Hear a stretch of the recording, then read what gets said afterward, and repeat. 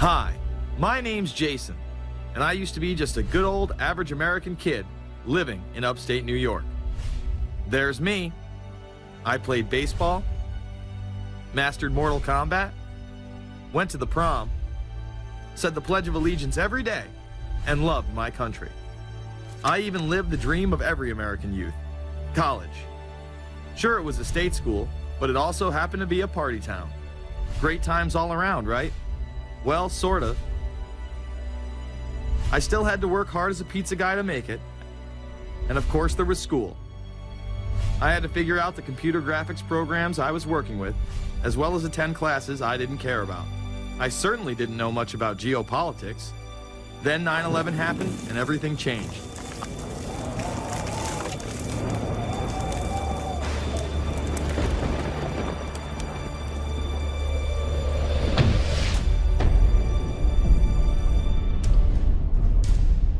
I was pissed. How dare the Muslim extremists massacre all those people? But was it all true? Prior to the invasion of Iraq, something didn't seem right. I then did a startling thing. I actually took a look at what happened that terrible September day. What I found horrified and angered me to such an extent that I took action. We were lied to, and lied to big time. Before I knew it, I went from a normal college student to the political guy at the party to one of the guys that brought you the first internet blockbuster, Loose Change. The film would not only change my life, but countless others as well. If you've ever seen Loose Change, the documentary about September 11th, conspiracy theorist documentary, it is riveting. Oh, like, you watch it, and by the end, not even the end, 10 minutes in, you're like... You got your car packed, your head... You're just like, oh my God, it's all true. So every place, there's questions coming from this documentary. And you don't have to believe everything in the documentary to still have questions come up. And you look back and you remember what you saw and what you were told, and now you have questions. We got the boogeyman out there. Wow. See, for many years it was communism, then it was the war on drugs, now it's the war on terror. All through our life, we've had to have a boogeyman. Loose Change took the truth about 9/11 into the mainstream with over 100 million views and allowed me to travel the country and even take on some of my detractors. The answer is no, they cannot. Jason, I think it's telling that every time you disagree with something, you call the people a liar. I'm not calling anybody a liar, sir. I'm calling you a liar because you are a liar. But if we were lied to about 9/11, then who was really behind it? A lot of people on the web were pointing towards the New World Order, but that was impossible. I mean, the Hulkster couldn't be involved, could he?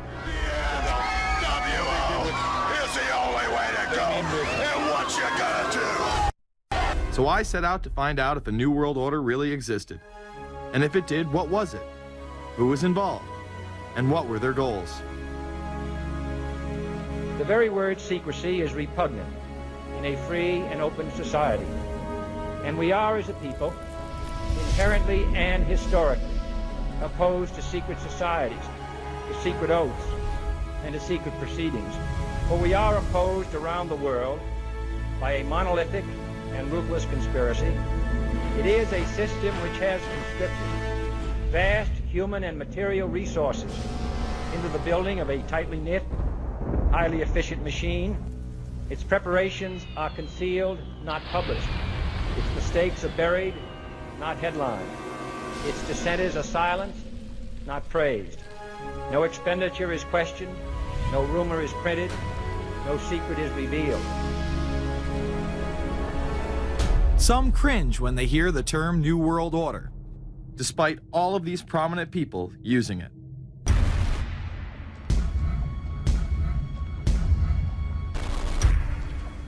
The world that maybe some people dreamt of at that conference back in Bournemouth, when it looked as if maybe history would end, that liberal democracy would triumph, that free market economics would slowly progress, and we'd have a new world order.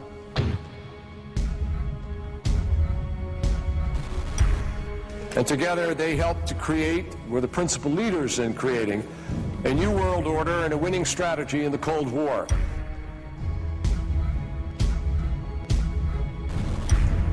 We are part of a new world order. And as the recently departed Admiral William J. Crowe once said, it's long on new and it's short on order.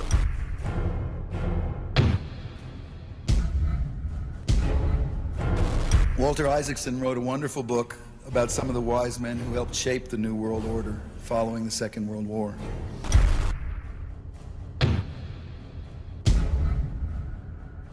As we devise a way forward in Iraq, I urge the international community to embrace its responsibility for creating that new world order. A new world order based upon collective action.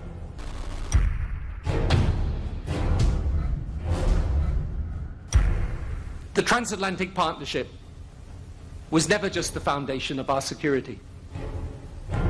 It was the foundation of our way of life. It was forged an experience of the most bitter and anguished kind.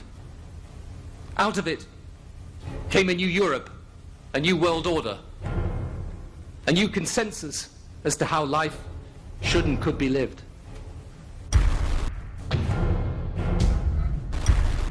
And just like that, it was gone. It was a new world order. That's what President George H. Bush said. Harvard historian Francis Fukuyama pronounced the end of history. In fact, when it is used, that person is often dismissed out of hand because of the perception that it is nothing more than a conspiracy theory. Actually, the idea of global governance and a one world order has been around for centuries, and the term New World Order has been used frequently in recent history. The New World Order means different things to different people, but to those who expect to be in control of it, it means the same thing. It means all the world under their control. They believe that somebody must rule. After all, people are too darn dumb to know how to rule themselves. They figured that that's their role. The first in-depth publication of note was Samuel Zane Batten's work, The New World Order, which was published in 1919. Under the cloak of Christianity, this order speaks of a new world rising and advocates social control over all people and all resources. It promotes a world federation with a world parliament, an international court, and a global police force. Some of its goals are as follows. Community. The danger and loss in crime and degeneracy. The determination to make community life safe, sanitary, wholesome, and moral. Industrial.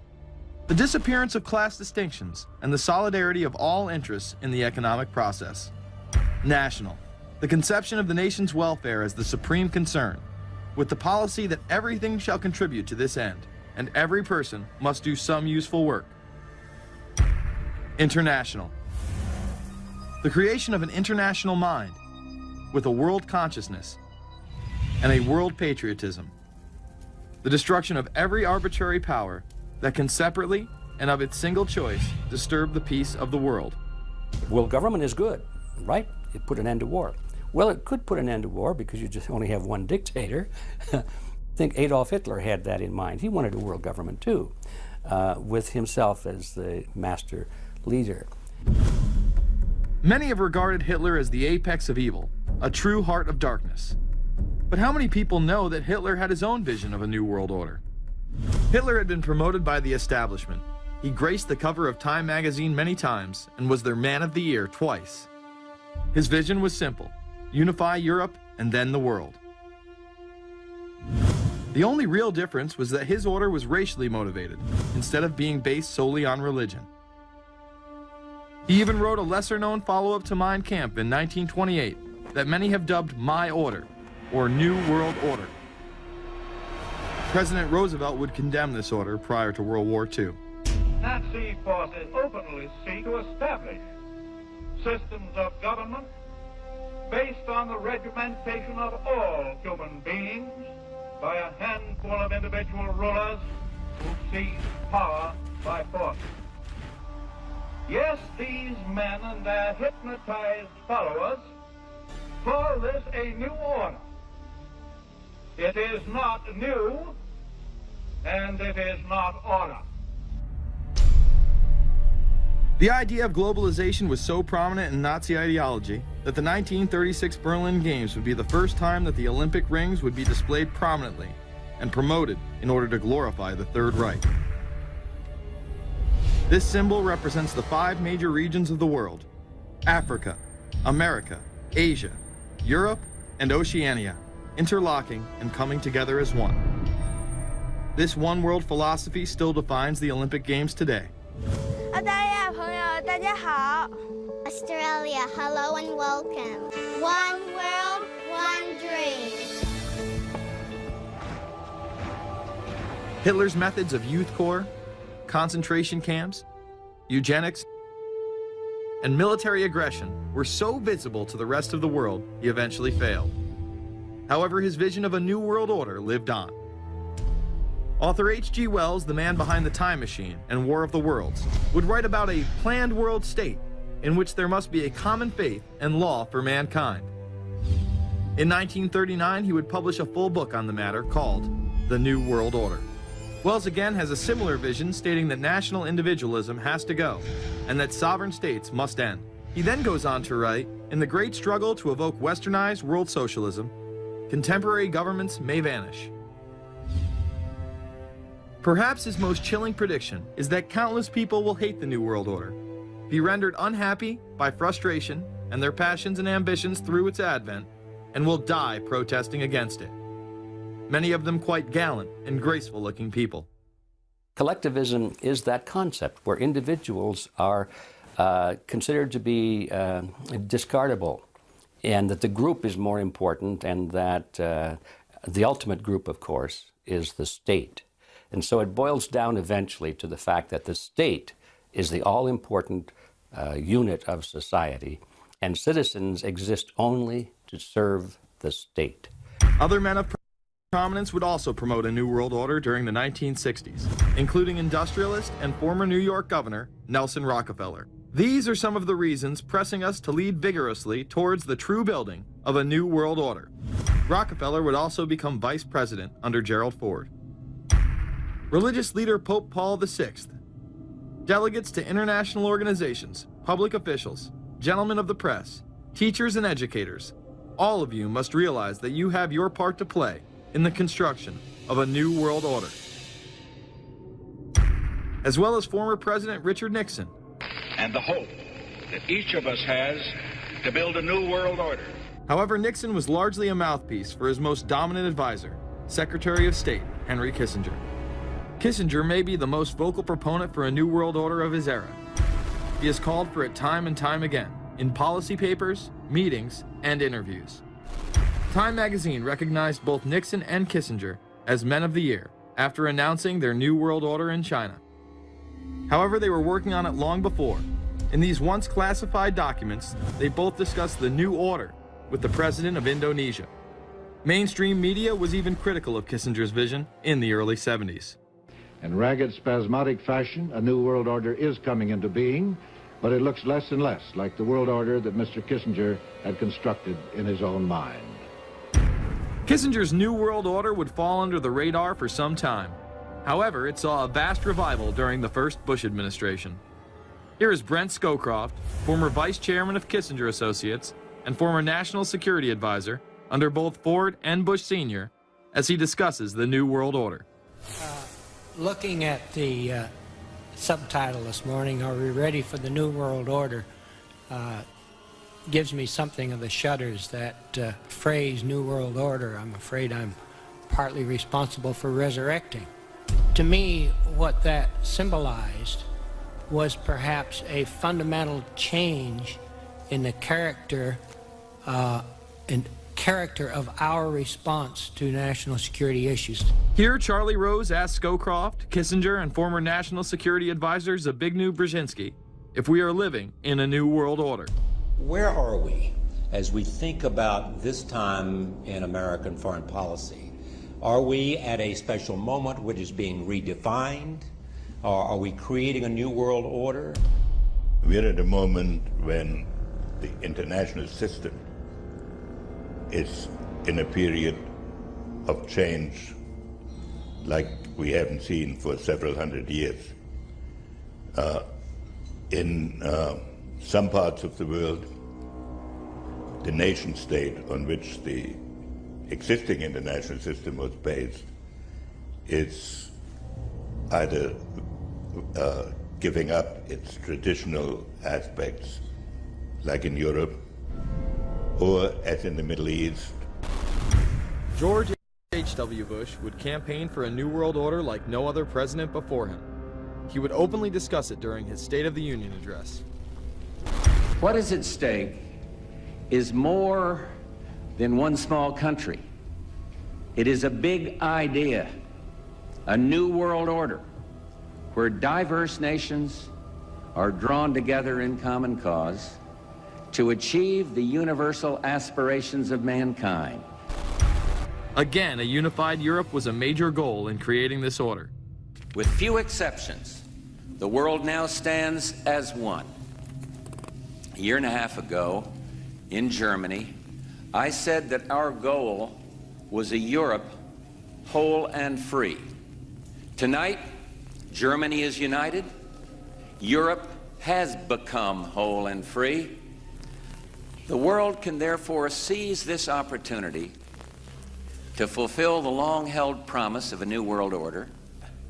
We can find meaning and reward by serving some higher purpose than ourselves.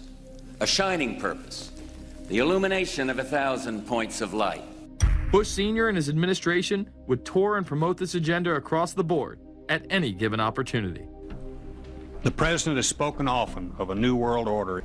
And we have an unprecedented opportunity to build a new era of peace and prosperity here and abroad, to build a new world order. It's my understanding, I think that the President, and I don't know the context of how it came up in his speech last night in New York, said that China must be a part of the new world order. Guess I would like to ask you how you envision China fitting into the new world order. It is a country that we are going to have relationships with by virtue of its geopolitical importance. American officials say breaking down regional and national barriers to the flow of goods and services would represent a spectacular benefit to economies around the world. We are building a new world order. Bush would actually make a commencement address at Maxwell Air Force Base declaring the birth of this order. And that's why I wanted to speak to you today about the new world taking shape around us, about the prospects for a new world order now within our reach. In the coming weeks, I'll be talking in some detail about the possibility of a new world order emerging after the Cold War. But today, I want to discuss another aspect of that order. You see, as the Cold War drew to an end, we saw the possibilities of a new order in which nations work together. It refers to new ways of working with other nations to deter aggression and to achieve stability. As old threats recede, new threats emerge. The quest for the new world order is in part a challenge to keep the dangers of disorder at bay. We must build on the successes of Desert Storm to give new shape and momentum to this new world order. Only when this transformation is complete will we be able to take full measure of the opportunities presented by this new and evolving world order. The new world order really is a tool for addressing a new world of possibilities. This order gains its mission and shape not just from shared interests, but from shared ideals. After the Gulf War had ended, Bush was so obsessed with the idea of a new world order that he had a series of Glocks imprinted with the term that he would give to members of his administration, including Colin Powell, Brent Scowcroft, Dick Cheney, and General Norman Schwarzkopf. Cheney would even approve policy papers regarding the New World Order. Defense Secretary Dick Cheney has approved a revised draft of a policy document on the New World Order. The Pentagon is backing off a controversial earlier draft and has abandoned a one superpower strategy. The final document puts more emphasis on international alliances and organizations. This would become an unprecedented unprecedented time period for people all over the globe to discuss at length what the New World Order meant to them. People within the media. Does anybody want to talk about the New World Order? Is there a New World Order out there, or is this a vision that exists in the... It does have its vision, there's no doubt about that. But does that exist in the president's mind, or does it exist out there in reality? This president sees this episode as the first test case, as the first example for the New World Order he is trying to organize. Some people have called it the New World Disorder, and there's a lot of truth to that.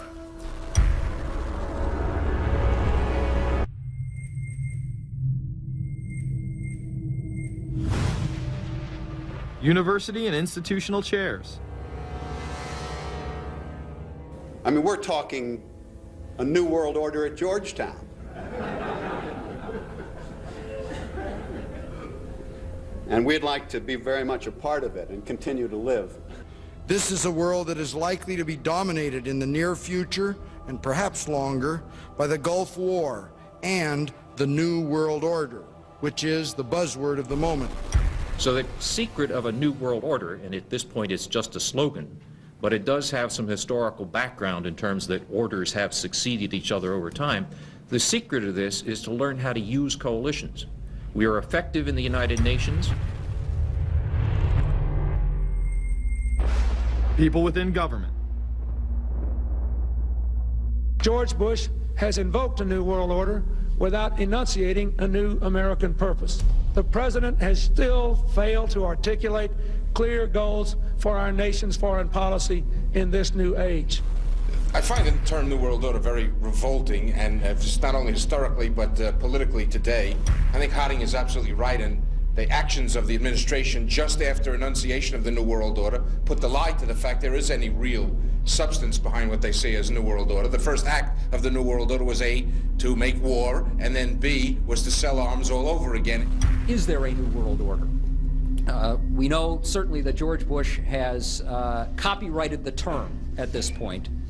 In the aftermath of this war, though, is it an empty vessel into which something will be poured? Is it the appropriate term to use? Is it going to be a New World Order, or will disorder be just as significant in this process as we look ahead? Let's start with Madeline. I think that we have, in fact, kind of had this term thrown at us, and many of us have not liked it, partially because of the previous historical connotation, and partially because I think it doesn't really deal with the way the world ought to be or is at the moment.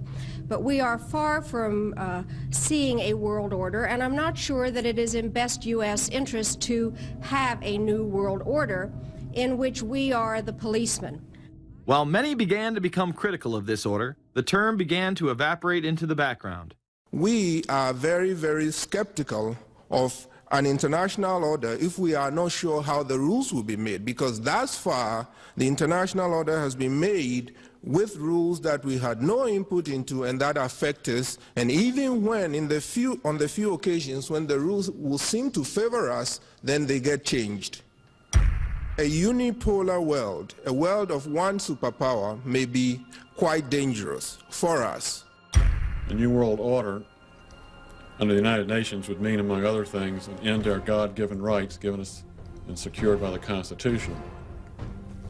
The New World Order, which now has been called by some the New World Disorder, and by some people on the more liberal persuasion, the taking over of the world by the Council on Foreign Relations, the Trilateral Commission, and the UN to put us all in slavery. But what are these organizations? Who founded them? And what are the stated goals of each? Before we begin with the Council on Foreign Relations, let's delve further into history to understand roundtable groups and their origins. Its roots go way, way back in history, and they go back to the formation of a secret society, a secret organization that was created by Cecil Rhodes, very powerful and very wealthy individual. And people have heard about him in history, and they know about the Rhodes Scholarship, and they think, well, isn't that nice? They don't understand at all what that's all about. Cecil Rhodes, when he died, left his great fortune not to his family, not to his heirs, but for the creation of a secret society. And we know about this because There were some people very intimately involved with this organization who wrote about it. One of the best authors on this topic is Professor Carroll Quigley. He wrote several books, and Tragedy and Hope is the best known of his. He described in detail this secret organization created by Cecil Rhodes, and he explains in these books he knows about them because he was invited by the organization into its inner circle. He was never a member of it, but he was invited in as their historian, and he was allowed to see their secret records and papers and study them for several years. And he knew all the important players, and he understood what it was about, and so he wrote these books. It's an amazing thing because he laid out in great detail what the purpose of the organization was and how they were the major players in all of the big international events since and including World War I. The bottom line is that you take the roots of that organization and you find out that they created in all of the British dependencies what they call roundtable groups. And then around those little roundtable groups, they created front groups. And the purpose of these front groups and roundtable groups was to penetrate into the governments of all of these different countries, to penetrate into the media centers, to penetrate into the educational systems. In other words, to penetrate into the social fabric, the power centers of society, and literally take them over from the inside without anybody being aware that they were controlling influence. After World War I, the International League of Nations arose as a precursor to the United Nations in 1919, under what seemed to be the vision of President Woodrow Wilson and his 14 points. The League of Nations was the first attempt at the New World Order, the first attempt at a global government based on the model of collectivism. And it was the brainchild of the elitists, the ancestors of the very people who are still working on this project. They're collectivists, the very wealthy people. They're the ones in this country who dominated the powerful tax-exempt foundations, like the Carnegie Endowment Fund for International Peace, the Rockefeller Funds, the Ford Foundation, and groups like that. These people were on record, even way back then, that they had to have a new world government, and they dreamed of that being embodied in the League of Nations. And they were solidly behind it.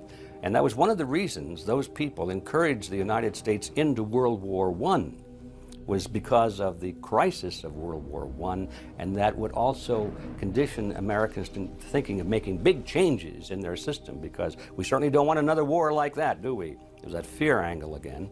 And they thought, well, by being in World War I, then we would be a major participant at the table to carve up the world and create a new world government. And that was to be the League of Nations. Well, what happened to it is that the American people didn't really go for it. Wilson was aware of the elite and their control over society. In his book, The New Freedom, published in 1913, he discussed such a group. Since I entered politics, I have chiefly had men's views confided to me privately. Some of the biggest men in the United States, in the field of commerce and manufacture, are afraid of something. They know that there is a power somewhere so organized, so subtle, so watchful, so interlocked, so complete, so pervasive, that they better not speak above their breath when they speak in condemnation of it.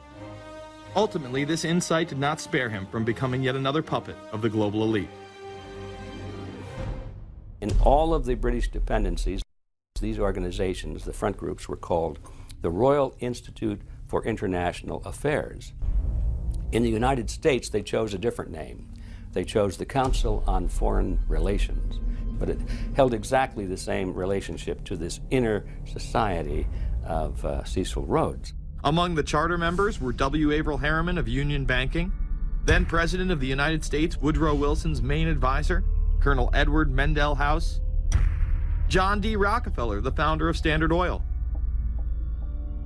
banking mogul J.P. Morgan, and prominent bankster Paul Warburg. Well, the Council on Foreign Relations exists today. It's probably the most powerful single organization in America. Many observers, including myself, believe that it is the hidden government of the United States. These people are not elected to office, and most Americans don't even know who they are. but they are holding all of the important positions in society. There are only about 4,000 of them in the United States, but I don't care what organization you want to look at, whether it's government or whether it's universities or the large media centers or whatever it is. You look at the people at the tops of those organizations, the owners, the managers, the CEOs, the board of directors, and I'm going to say probably 80 to 90% of the great power centers of America are dominated by just those 4,000 people who are members of the Council on Foreign Relations. Throughout its history, it would contain extremely influential and powerful individuals in finance, business, media, and politics. Former presidents of the United States include Richard Nixon,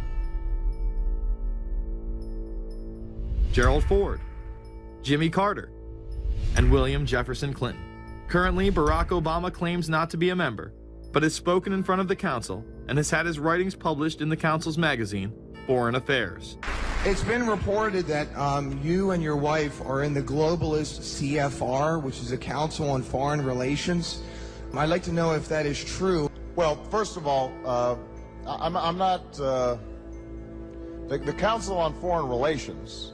I don't know if I'm a official member. I've spoken there before. It basically is just a forum where a bunch of people talk about foreign policy, and so there's nothing.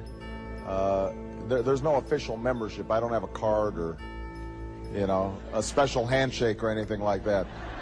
Now, why is that important? It's important because the avowed purpose of the Council on Foreign Relations is to create a new world order, a global government based on the model of collectivism. And that includes the elimination of the United States as a sovereign nation. That's why it's important. The people running this country are determined to destroy it. The Council was heavily criticized during the 1980s for being an organization hell-bent on destroying national sovereignty in favor of a world government. So many of its members hid their association with the organization. Dick Cheney had this to say in response to a question by David Rockefeller, who became the CFR's youngest director in 1949 and was chairman of the board from 1970 to 1985. He remains an honorary chairman to this day. It's good to be back at the Council on Foreign Relations. As Pete mentioned, I've been a member for a long time and was actually a director for some period of time. I never mentioned that when I was campaigning for re-election back home in Wyoming. Now, you are the president of the Council on Foreign Relations, all right? Yes, sir. You guys toy with countries of the world like toys, don't you? You're like the Illuminati, you're the Masons, you control everything, don't you? That's the rap on you guys. What's so interesting now, though, is who's on the chessboard. It's the toys, if you will, are a lot more than states. Notice that Mr. Haas does not deny that the CFR has massive control over the geopolitical arena, and instead tries to focus on the separate entities outside of nation-states. Current Secretary of State Hillary Clinton also reveals the importance of the CFR here. But it's good to have an outpost of the Council right here down the street from the State Department. We get a lot of advice from the Council, so this will mean I won't have as far to go to be told what we should be doing and how we should think about the future. You have these private groups that are run and created by the elite, by the ultra-rich, wealthy families that have been manipulating global markets from behind the scenes for generations. They create these private groups that then feed information to the government, to senators, to congressmen, their recommendations, their policy papers, what they think should happen. And it's fascinating because if you actually read what it is that they're doing, the recommendations that they make, they're very able to get them put in place. Discussions that are going on in these private groups are really talks that should be going on in Senate committees and in the halls of Congress, but they're happening with these ultra elite groups that are then pushing their propaganda into the political mainstream, and then it's becoming enacted, it's becoming put into law.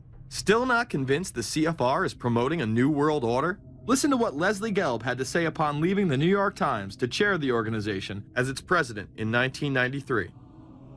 I loved it. Doing a column is a great job. I'm going to an equally great but different job, and in a way a job that caps everything I've been doing in my life, in government and academia and in journalism. I think that's what the Council on Foreign Relations will allow me to do. Well, you know, for example, you had me and 3 or 4 other folks on this show a few months ago to talk about the New World Order, right? Exactly. Right? Bob I talk Bermas about and it, you, exactly. Right. I talk about it all the time. New World Order wants a global system where one small central authority of individuals can then dictate a policy that's going to be distributed down to the rest of the world, everywhere, in the smallest little town in the middle of nowhere in some remote country. I now think it's safe to say that the Council is extremely influential on the world stage and openly promote global governance. The Council and the globalists were able to take this agenda to the next level following World War II. The United Nations was born out of the ashes of this conflict. Unlike the League of Nations, the United States not only joined this organization, they championed it. First book I wrote was The Fearful Master, a second look at the United Nations. It was written at a time when it was not popular to be critical of the UN. I mean, the United Nations was viewed by almost everybody as our last best hope for peace. It was a means, we were told, to bring humanity together and put an end to war and live in peace and harmony and promote trade and all of these good things. I wish it were any of those things, but it's not. The original charter for the United Nations was drafted in San Francisco in 1945, and the United States became a permanent member of the Security Council, along with France, the United Kingdom, the Soviet Union, and the Republic of China. The process by which other nations' belief systems could be used to erode and eviscerate our Constitution and Bill of Rights had taken a giant leap forward.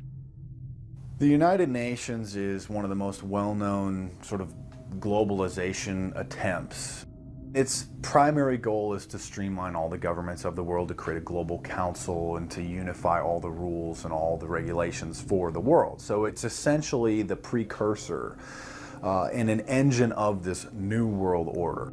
The United Nations is made up of all of the countries of the world, most of which are dictatorships of one kind or another. And you don't take a bunch of dictatorships and put them into a bag and shake it up and come out with a freedom-loving governmental unit. You come out with a global dictatorship. This was the public base of global governance. However, many other organizations have been birthed since. Even more suspect is a private group called the Trilateral Commission. David Rockefeller and Henry Kissinger are among its some 300 influential members. The Trilateral Commission, rich and powerful business and political leaders from Japan, Europe, and North America. The New York-based policy group was formed in 1973 by Chase Manhattan Bank Chairman David Rockefeller. In addition to Rockefeller, there are many other noted American members. Among them, economist Alan Greenspan, former Defense Secretary Harold Brown. George Bush was once a member but resigned last year before his unsuccessful presidential campaign. Back then, it wasn't politically wise to be aligned with what his party's right wing considered a shadow world government. The United Nations would take over America. The Trilateral Commission would control the world. Just look at its membership, they say. Current and former members include Presidents Clinton, Bush, and Carter. Names like Brzezinski, Christopher, Kissinger, and Schultz. And top executives of ITT, Xerox, Exxon, and Nations Bank. Although this group with only 300 members seems to be at the apex of the power structure, there is yet another group formed in 1954 that is even smaller in number and has a greater influence on world events. Meet the Bilderberg Group. This elite group meet annually around the globe. There is a core group of members who have attended every year for decades, such as David Rockefeller, Henry Kissinger, and Queen Beatrix of the Netherlands. These members invite others who are politically and socially relevant at the time. Each year, around 140 people are in attendance. Real quick, I'd ask you this question. In 2004, you attended a meeting in Italy called the Bilderberg Group. I just want to know what you were doing out there, what that was all about. She lied to me and told me she didn't go. I figured you might tell me the truth. All I did was go. They had a Republican and a Democrat. Republican was I gave like a 20-minute talk on the presidential election. Did it have anything to do with being John Kerry's running mate? Did you talk about that at all? No, because I wasn't his running mate. Okay. I happened to be in Europe then on my way to Russia. I was invited to go to Bilderberg by Vernon Jordan, a friend of mine and a genuine hero of the civil rights movement. And to the best of my knowledge, NAFTA was not discussed by anybody in my presence. Documents released by the group in 2001 reveal that in September of 1955, the group met in Germany and covertly outlined the idea of a European Union. Section E, European Unity, discusses the general support for European integration and unification, and the idea to unify Germany once again with the rest of Europe under a common marketplace. Belgian Viscount and current Bilderberg chairman Etienne Davignon told the EU Observer in 2009 that the next Bilderberg meeting could improve understanding on future action in the same way it helped create the euro in the 1990s. This illustrates the patience, vision, and reach of this organization. It was able to promote and establish both the European Union and a European currency over the course of just under 40 years, incrementally. One of the things that the elitists discussed back at the turn of the century when they were talking about how do you convert the United States into a collectivist system was the fact that you can't do it quickly. You have to let people get used to it incrementally, because any major change would be rejected. The 1957 Conference of Rome, where the Common Market Treaty, providing for free trade in all products, was at last signed. 6 nations, France, Germany, Italy, Belgium, Holland, and Luxembourg, agreed to remove all mutual barriers to trade within 12 to 15 years, the embryo of a political union which they proclaimed to be their ultimate objective. In that fashion, it's possible for people to get used to this process and even to think it's a good thing. People will accept the gradual growth of government, the gradual loss of their purchasing power. They'll accept almost anything if it's done gradually, and we have to be very alert to that. 2008 and 2009 attendees include World Bank President Robert Zoellick, Treasury Secretary Timothy Geithner, former head of British Secret Intelligence Richard Dearlove, Donald Graham, CEO of the Washington Post, CNN host and author of The Post-American World, Fareed Zakaria, and many other giants of business, politics, and media. You just came back from meeting with the Bilderberg Group. The Bilderberg Group are, you know, when people who are conspiracy theory people, they send me mail, it's usually about the Bilderberg Group. And I get these books on my front door, which I'm uncomfortable with, and it's all about the Bilderberg, like they're the modern day Illuminati. Are you a member of the Bilderberg Group? I don't think we're supposed to talk about this. Many have identified them as the kingmakers, the puppet masters that pull the strings behind the scenes. Perhaps there is no better example of this than what occurred during the 2008 conference. Immediately after Obama had been selected as the Democratic presidential nominee, the pressure was on to choose a running mate. We've put together a committee. We are going to be equally deliberative in how we move forward. And we're not going to do it in the press, and we're not going to do it through surrogates. He then tricked the press corps into staying on the plane as it took off from Washington. He was whisked away to an undisclosed location. Obama was supposed to fly home. He'd been here in Virginia. He was supposed to fly home out of Dulles, as you know, outside Washington, D.C. The press corps was waiting for him on the plane, and the pilot announced that they were leaving, and Barack Obama was not on the plane. Presumptive nominees in the past has always been that they have at least a press pool with them at all times. Is there a reason why we didn't go with him in the motorcade all the way? This is what we're out here for. Now we're on this plane with no candidate. Again, you know, look, I understand. There was a desire to do these meetings, obviously, in private. The press then began to report that Obama and Hillary were meeting secretly in her home. Well, we continue to follow our breaking news. Barack Obama, Hillary Clinton meeting tonight at her house in Washington, D.C. However, it was later revealed that they never actually met at Clinton's home. And we're following this breaking story. Candy Crowley, we understand, has new information. Candy, what have you learned?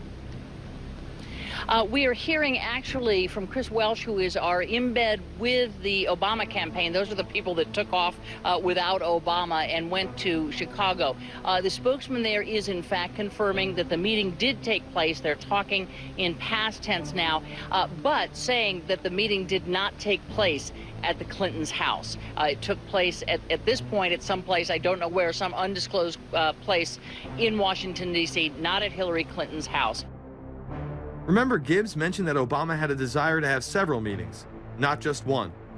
Is there more than one meeting? Is there more than one person with whom he... I'm not going to get into all the details of the meetings. I don't know that I've got a ton more different answers for all of your questions. The truth of the matter is that Bilderberg just happened to be in the neighborhood at the time. They were holding their annual meeting just down the road in Chantilly, Virginia. What are the chances?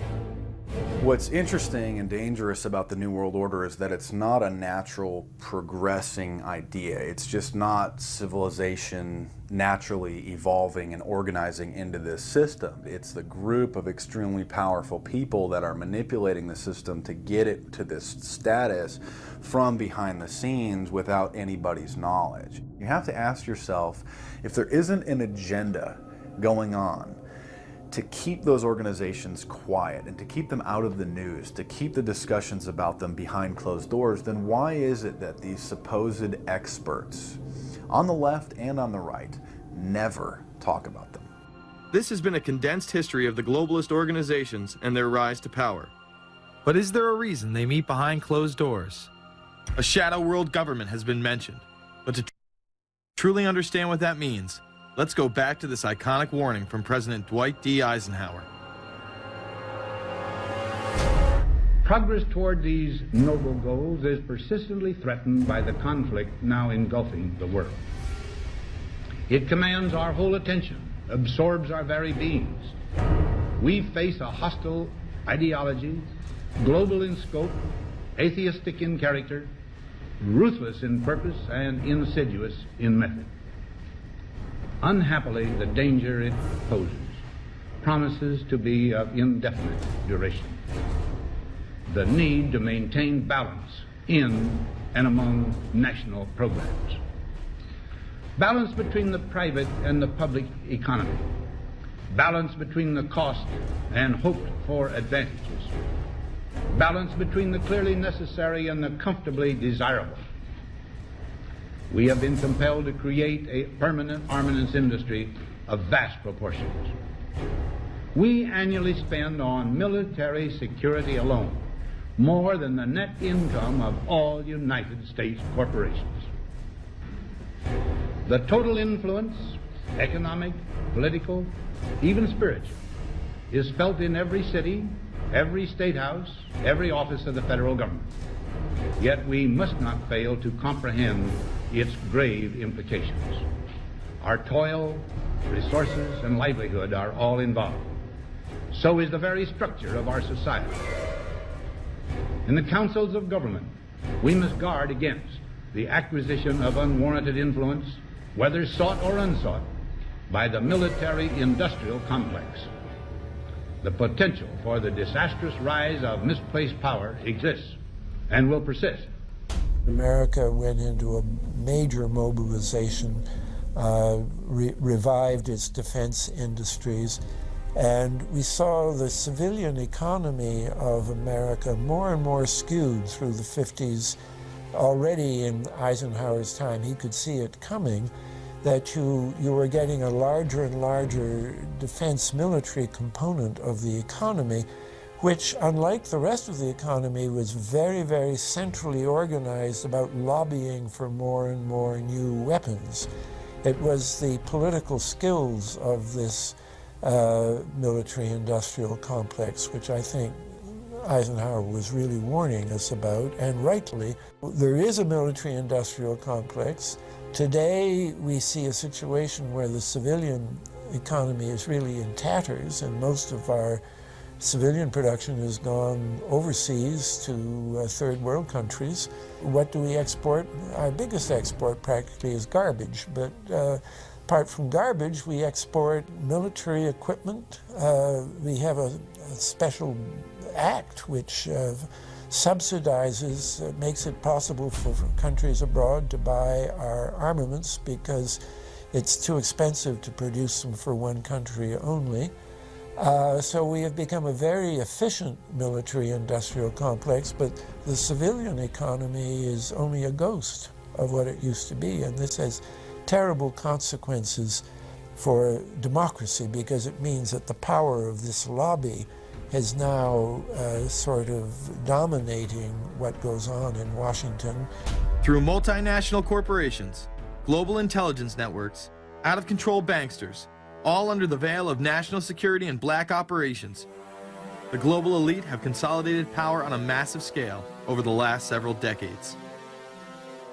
You see, global corporations not only fund and develop large technological and military projects here and abroad, they also own the consumer industry and production, as well as all of the important media. By owning the vast majority of what we hear and see on a daily basis, we have been manipulated on a mass scale as to regards to what we believe and desire, both socially and politically. Edward Bernays, the nephew of world-famous psychoanalyst Sigmund Freud, would study group dynamics and become the father of public relations. He authored the book Propaganda in 1928. In it, he described how to intelligently and consciously manipulate the habits and opinions of the masses within a democratic society. He went on to state that those who harness this unseen mechanism of society constitute an invisible government and are the true ruling power. It is they who pull the wires which control the public mind, who harness old social forces and contrive new ways to bind and guide the world. The average American is distracted, mindless, worried about minuscule things, celebrities, as if it was their own family members. And this is by design, because the powers that be, who own the media, know how our brains work. They know scientifically how the human mind functions. They know about sociology, and they are using the media, and have used the media for decades now, to entertain people with issues that don't really matter. When you have the big news networks covering celebrity issues as if it's the most important thing, it becomes the most important thing. And this is not by accident. This is to keep us out of the way. Because if you're worried about the latest celebrity death, or the latest celebrity couple, or the celebrity breakup, or your sports team having a shot at the Super Bowl or the World Series, there's so much information about those issues that can be discussed that will mesmerize people, and they won't know or care about the real issues that are out there. Well, I think this is just one more piece of evidence of the degree to which the media, supposedly the watchdogs, has become the gatekeeper of the system. Mainstream media are, first of all, nearly all of them corporations, nearly all of them now publicly held, part of the whole Wall Street financial system that they're supposed to report about objectively, but they can't. They, right now, in October of 2009, they are celebrating the recovery of the biggest banks in New York and saying that the recession is over. Of course, there are a few problems, like foreclosures are going on, unemployment is rising. All of this is affecting the American people, but it's not affecting the financial elite who also control the media. Bernays successfully identified the invisible empire which controlled the minds of men. So as the populace is mesmerized and hypnotized by powerful behind-the-scenes forces, as they are distracted by the latest celebrity scandal, the newest cell phone, and their favorite sports team, this network disguises itself, remaining in the shadows. Despite the elite utilizing Bernays' methods, in conjunction with the military-industrial complex they had erected, a modern arm of this organization was exposed in what came to be known as the Iran-Contra scandal. Essentially, black operations were not only caught dealing arms illegally and supporting South American dictators, but also smuggling drugs into the United States. Iran-Contra was really the merging of two different programs. The first one was support for the Contras, who were, let's face it, a force of terrorists in Nicaragua trying to overthrow the Sandinista government. They were being secretly supported by the CIA, and at the bottom of the whole thing was drugs. Iran-Contra was openly exposed by massive network coverage. How was it that in 3 years, a network Washington set up to run arms to the Contras wound up running cocaine into this country for the most vicious drug cartel in the world? At the same time, we were supposed to be fighting a war against drugs. But by the same token, I also smuggled my share of weapons in exchange for those illegal substances, with the full knowledge and assistance of both the DEA and CIA. Betzner says that in 1983 he flew weapons from Florida to El Salvador and drugs from Colombia to the Bahamas on the way back. In 1984, he says, he flew twice from Florida to Costa Rica and back. We could bring back our own cargo, and they would arrange it, or we could bring back their cargo without ever having to worry about interception, arrest, anything like this, that everything was taken care of. What kind of cargo were you talking about? Drugs. Tolliver says he had 2 meetings with this man, CIA veteran Rafael Quintero. Then in March of 1986, he says he flew 14 tons of weapons down to Honduras, to this Contra resupply base set up by the CIA. We take off from Tegucigalpa, Honduras, and we leave. To? South Florida. Where in South Florida? We landed at Homestead. Homestead? Air Force Base. This is the plane Tolliver says he used. The plane traces to a company that had a State Department contract to fly humanitarian supplies to the Contras. In addition to that, 36 sources confirm the basic scheme. We can now report that long before that operation began, there was another operation to provide guns for the Contras, which was also against the law. In this operation, Americans and Israelis provided arms to the Contras, and then the same network smuggled drugs into the United States. The operation was launched in spring of 1983 at Washington's request, with at least $20 million of Israeli government money later reimbursed, we're told, from U.S. Covert Operations Fund. For about 5 years, people were flying arms into Iran, and most of them came from Israel. The Israelis purchased the weapons from Poland and Czechoslovakia and began shipping them secretly from Yugoslavia to Bolivia and then to Panama. The Israeli liaison man there, this man, Michael Harari, until recently a close aide to Panama's strongman, General Manuel Noriega. You'd bring the ship into Colombia, you would load drugs aboard it, and you would bring those drugs back to Panama with you. But bringing that stuff into the United States, that was something else. I've never been so thoroughly disgusted with myself in my life. This network would also be involved in the October surprise.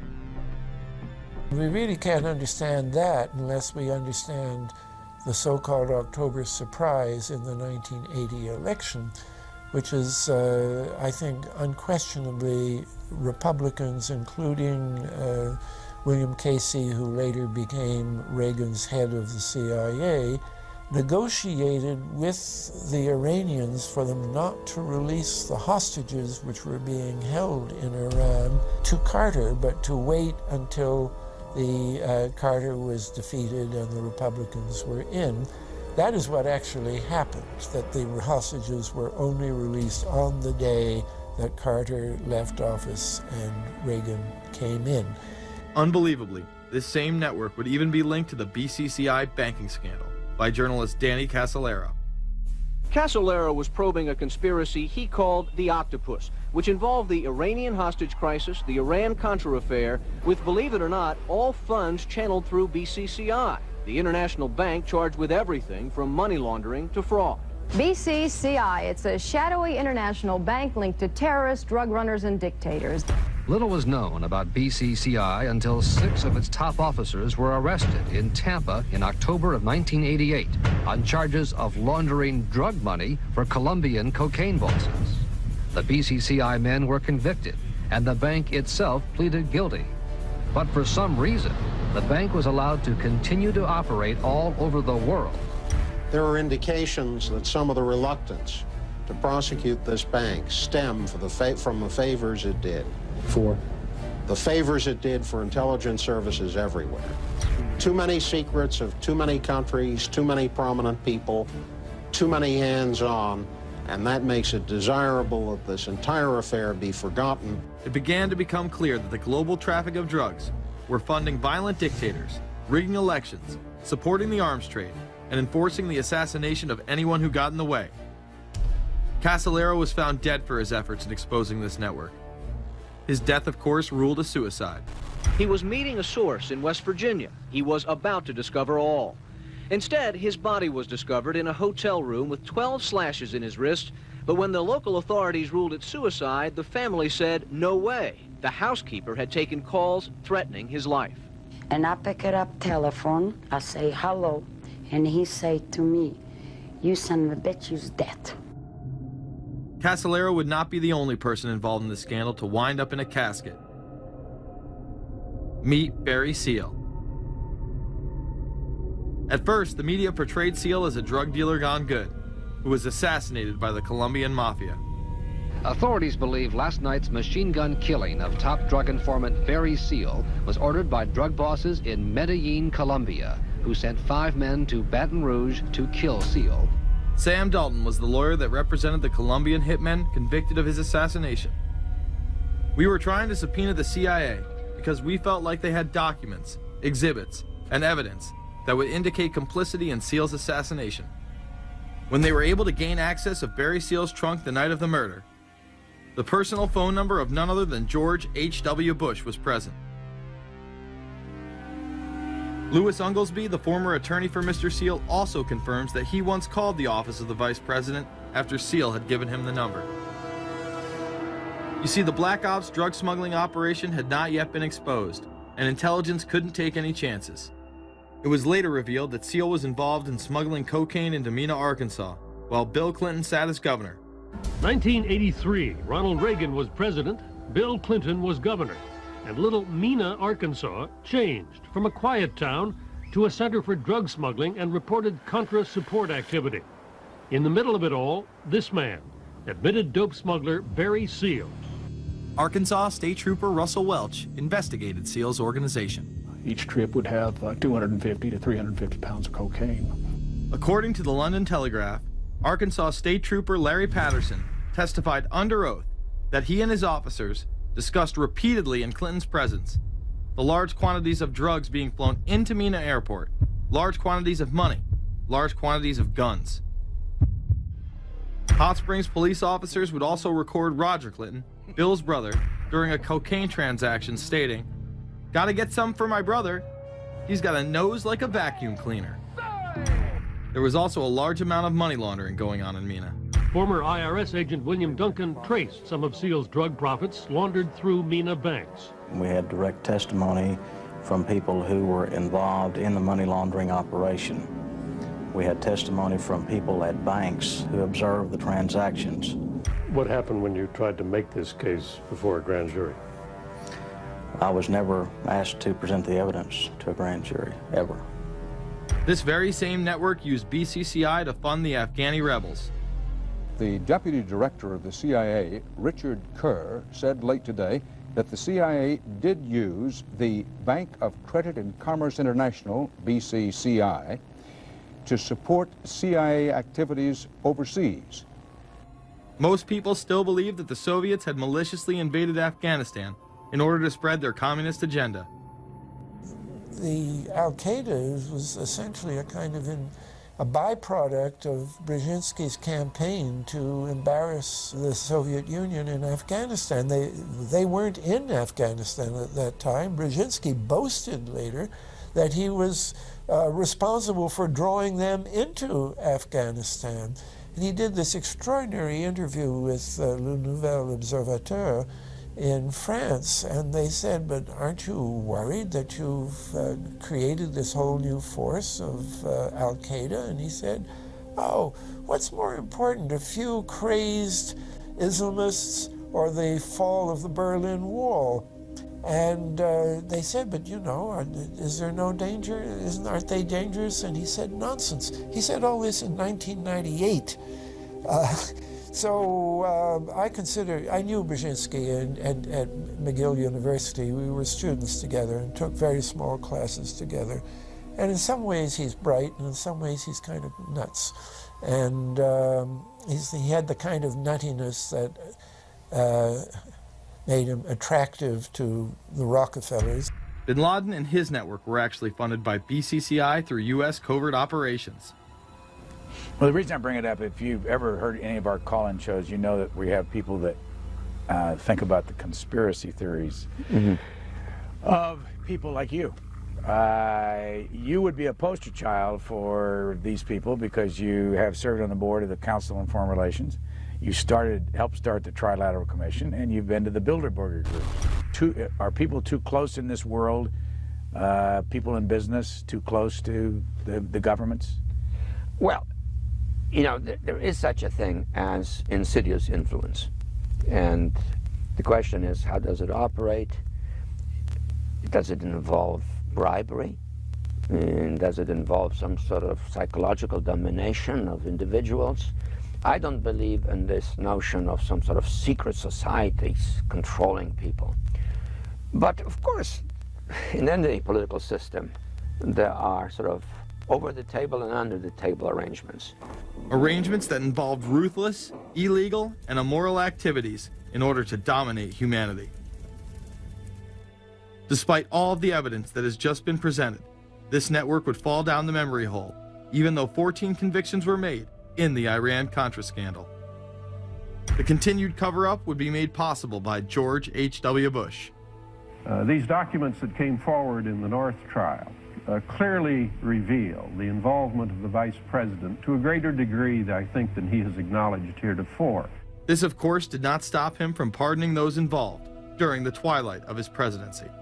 Some new reverberations today to President Bush's Christmas Eve surprise, the pardoning of former Defense Secretary Caspar Weinberger and several others in connection with the Iran-Contra allegations. Well, now the special prosecutor says it's the president who needs to explain some things.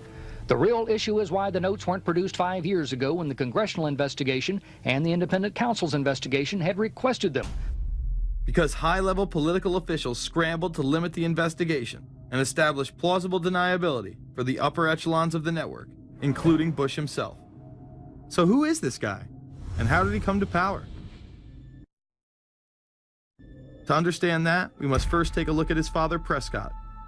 Prescott was born into privilege and became extremely influential in business, intelligence, and politics. He helped establish the CIA out of the Army's Office of Strategic Services with the Dulles brothers, and served as a senator in the state of Connecticut. However, during his time serving as one of the directors of Union Banking Corporation, he was doing business with Nazis. The Bushes have been sort of at the heart of the military-industrial complex since its very beginning, and that Prescott was involved in a firm that actually fronted for Nazi firms in America. In fact, Union Banking and its subsidiaries were seized by the United States government in October of 1942 under the Trading with the Enemy Act. After the war, the assets were returned, a few fines were paid, and it was swept under the rug of forgotten history. These Nazi ties should not be all that shocking, seeing as it has been declassified that the Office of Strategic Services recruited Nazis into its ranks through Project Paperclip in August of 1945. George Bush seemed to follow in his father's footsteps, using Prescott's business connections to move to Texas and get into the oil industry. He would first attain political office as a Texas congressman in 1966, but then lose his bid as a Texas senator in 1970. It was at this time that Nixon appointed Bush as an ambassador to the United Nations. According to official accounts, Bush then began work with the CIA as its director in 1976. Evidence suggests that Mr. Bush and the CIA actually had a much longer-standing relationship. There are indications that he had relations to the CIA before. There's a very strange memo, and the names are George Bush. And when this was published, there was a lot of fuzzing of the issues, but given George H.W. Bush's strong connections with the Cuban community, I think there is a good chance that it was that the George Bush we know, so that he did have a CIA connection. Bush left the CIA just under a year after his appointment. He is credited with restoring the agency's morale, as its image was being shattered by the Church Committee's revelations of the CIA's unauthorized activities involving assassinations and corruption. In reality, Bush was responsible for denying the Church Committee many of the documents it requested, and making it impossible for them to do a thorough investigation. After his time as CIA director, he devoted himself to becoming the next president of the United States. Many people within his own party did not like his globalist ties. Along the campaign trail, Bush continually had to explain his association with the group. You know J.R. Ewing in the show Dallas? J.R. is a member of the Trilateral Commission, I think. It's got to be because it's so bad. Let me tell you something. I used to be a member of it. I resigned, as I did from every business thing I was in, to concentrate on one thing, running for President of the United States. Ronald Reagan initially had no interest in having Bush as his running mate. Even then presidential candidate Ronald Reagan had questions. I would suggest that maybe Mr. Bush would clear the air if he'd tell us why he resigned. Reagan's backers then forced him to choose their intelligence frontman, George H.W. Bush, as his vice president. But in spite of last year's campaign rhetoric, all seems to be back to normal between George Bush and his old colleagues. And President Reagan, who is relying on many of these powerful business leaders to make his economic package work, will host commission representatives at the White House Monday. After Reagan's election, there was an attempt on his life, just 69 days into office. Astoundingly, Bush would again be connected. So just who is John Hinckley Jr.? When he left this neighborhood 8 years ago, he was, by all accounts, well-liked and seemingly normal. This donut shop near the motel was visited by Hinckley, who reportedly waited for a phone call here each day, even though he had a phone in his motel room. The nature of the calls is not known. A touch of irony. The young man walking with the elder Hinckley is 30-year-old Scott Hinckley, John Jr.'s brother. He and Vice President Bush's son, Neil, are friends. They had planned to have dinner together in Denver tonight. The plans have been canceled. We were told Hinckley was a madman acting alone. If that was the case, why was he making phone calls from a payphone down the road instead of his hotel room? Why was the would-be assassin's brother a family friend of the man who stood to gain the presidency? While Reagan led the nation in the public eye, Bush exploited his power through the largely unknown Continuity of Government Directive. In the United States federal government, there is a super-secret agency which controls this shadow government. The National Program Office allowed Bush and his network to attain executive emergency powers. Ronald Reagan authorized the National Program Office when he signed a top-secret directive in 1982. Oliver North was one of the key officers responsible for the program's startup. Under the NPO's direction, 4 agencies were charged with execution of the Doomsday Plan: the CIA, the Departments of State and Defense, and the Federal Emergency Management Agency. An effort was being made to consolidate continuity of government programs across several major departments of the government under one office. After 8 years of secret wars, covertly sponsored revolution and assassination had advanced globalist interests and allowed Bush to achieve his lifelong dream by becoming the 43rd president of the United States. The fall of the Soviet Union left the United States as the sole superpower in the world. The Wolfowitz Doctrine stated, "We must maintain the mechanism for deterring potential competitors from even aspiring to a larger regional or global role." The New World Order was on display with the first Gulf War and the creation of a European Union. After losing to his crony Bill Clinton, he faded into the background as the agenda for a New World Order marched forward. After 1989, President Bush said, and it's a phrase that I often use myself, that we needed a New World Order. We have just exposed many of the globalist operations, including drug dealing, funding terror, dealing arms, and taking over the United States government by stealth. Whenever these agendas were threatened, those who opposed them ended up dead.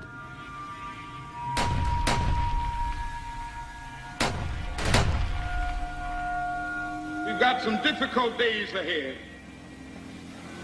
but it really doesn't matter with me now, because I've been to the mountaintop.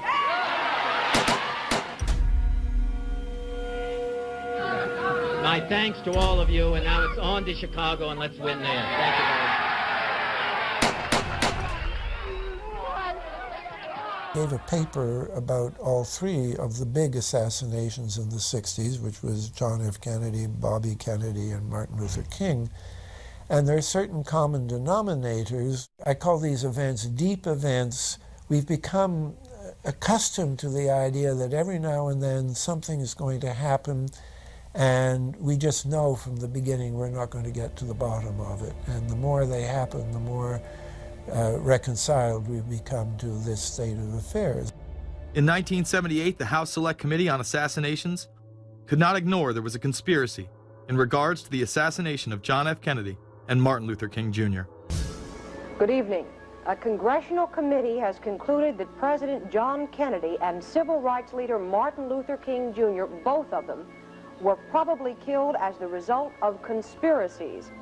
The House Assassinations Committee wound up its 2-year study by recommending that the Justice Department look into both cases. In the assassination of Dr. Martin Luther King, the committee concluded the likelihood of conspiracy. The committee's summary of findings says President Kennedy was probably assassinated as a result of a conspiracy, that its evidence establishes a high probability that 2 gunmen fired at the motorcade. The committee concluded that President Kennedy did not receive adequate Secret Service protection in Dallas, that the CIA was deficient in sharing information before and after, that the Justice Department and Warren Commission failed to pursue possible conspiracies and made their conclusions too definite. There seems to be no debate that the CIA and Secret Service were involved in the assassination, as you can clearly see 2 Secret Service agents being taken away from their positions at the back of Kennedy's vehicle just moments before the assassination. And no matter what you believe about Oswald, it has now been declassified that Oswald was trained by the CIA in 1957 under the cover of the Office of Naval Intelligence. These political assassinations continue to this day. The 11-person jury in the inquest must decide if these stills, never before seen of Diana in the Mercedes and then the crash, are the frantic moments after a tragic accident or the aftermath of a calculated murder. Mr. Al-Fayed? Mohammed Al-Fayed, Dodi's father, has long since made up his mind. I believe that my son and Princess Diana have been murdered by the royal family. He claims Diana was pregnant and about to announce her engagement to his son, an embarrassment so great, he says, that Prince Philip commissioned British Secret Service to kill the couple. Assassination is an option when the ruling class can identify an enemy who cannot be compromised. But how do they bend the population's will to do their bidding?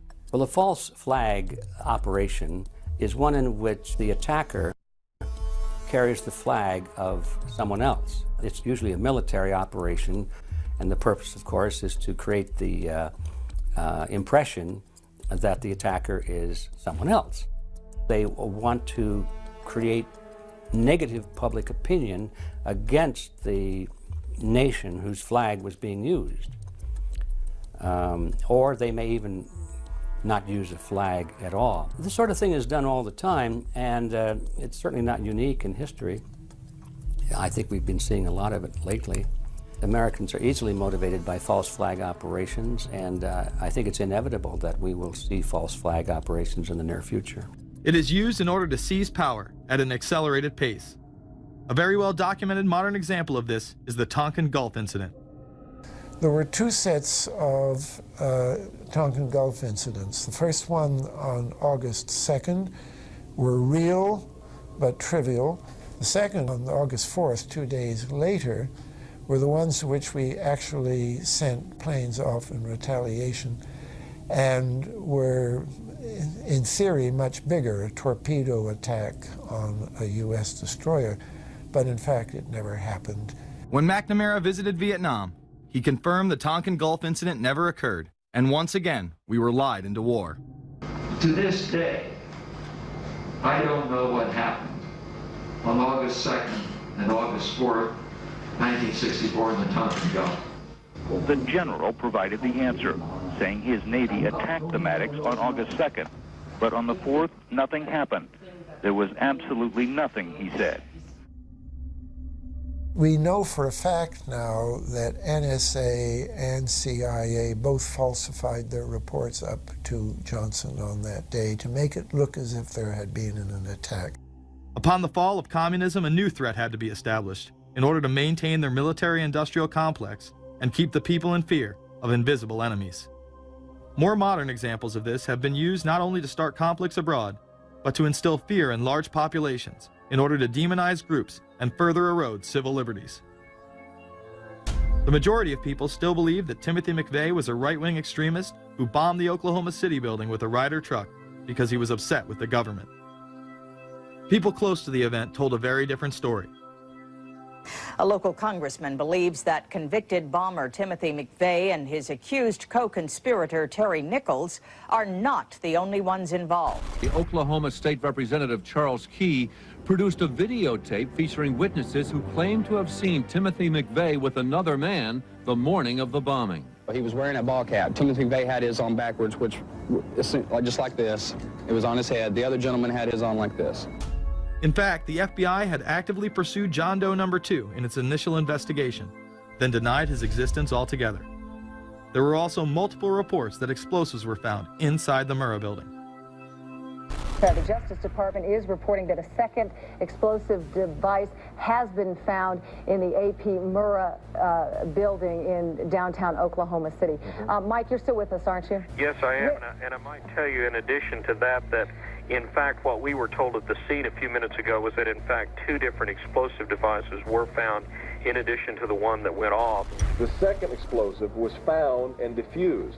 The third explosive that was found, and they are working on right now as we speak, I understand, both the second and third explosives, if you can imagine this, were larger than the first. Bomb squads were actually caught on video pulling into the building to retrieve these devices. They'll back that trailer down there, and the bomb squad folks will go in, and they will use that trailer. You see the bucket on the back there, sort of, this is how they would transport the explosive device away from this populated area to try to do something with it. I just took a look down the street at the Murrah building again. I see another bomb truck going, so apparently they're going to try to get out that third bomb that's been talked about. This was even confirmed by the governor at the time, Frank Keating. One device was deactivated. Apparently there's another device, and obviously whatever did the damage to the Murrah building was a tremendous, very sophisticated explosive device. Members of the ATF who would have normally been in the building were tipped off prior to the bombing. He saw what appeared to be a police bomb squad truck near the Murrah building 2 hours before the blast. It had a shield on the side of the door, and it said bomb disposal or bomb squad below it, and I really found that interesting. Another witness who spoke to ABC News on the condition of anonymity will tell the grand jury tomorrow he was told by an ATF official agents working in the building had been warned in advance not to come to work. He just came out and told me that the ATF wasn't in the building that day. They'd been tipped by their pagers not to come to work, which I was flabbergasted. McVeigh would even claim in a letter written to his sister, which was published by the New York Times, that he was actually recruited for black operations, which included smuggling drugs into the United States, as well as assassinations. One may brush this off as the ravings of a madman. However, McVeigh was filmed at the Camp Grafton military facility in North Dakota on August 3, 1993. McVeigh's official records state that he was discharged over a year prior from the Army Reserve in May of 1992. Perhaps even more interesting is that Camp Grafton was specializing in training troops in explosives and demolitions at the time. When all was said and done, the security tapes reported to have captured the entire thing on video were rounded up and classified. In 2009, they were finally released, and magically none of them caught the bombing. The excuse being they were all having their tapes changed at that exact moment. This event would be labeled domestic extremism, which was used to demonize critics of world government, militias, and create fear within the populace. Muslim extremism seemed to show its ugly face in then unprecedented fashion on February 26, 1993. A truck bomb had gone off in the parking area of the World Trade Center. Luckily, the bombers failed to follow instructions and parked the truck carrying the explosives against the main support column. What is not discussed, however, is the bomb was actually built by an FBI informant under the supervision of the FBI. Ahmed Salam, a former Egyptian army officer who had been doing undercover work for the FBI, was the man who actually built the bomb. When he was told that he would have to use real bomb-making material instead of harmless substitutes, he became suspicious and began taping his conversations with FBI officials. Last winter, the FBI was praised for its speed in cracking the case of the World Trade Center bombing and bringing 4 suspects to trial. Now, there is some evidence that the FBI may have known of the plot in advance through an informant and might even have stopped the bombing that killed 6 people. Notice the media emphasizes that they might have been able to stop it. They then gloss over the fact that the bomb was built by their agent under FBI supervision in conjunction with the district attorney. FBI agents might have been able to prevent last February's deadly explosion at New York's World Trade Center. They discussed secretly substituting harmless powder for the explosives, but they didn't, according to the FBI's own informant, Imad Salem. Unbeknownst to the FBI at the time, Salem recorded many of his conversations with his handlers.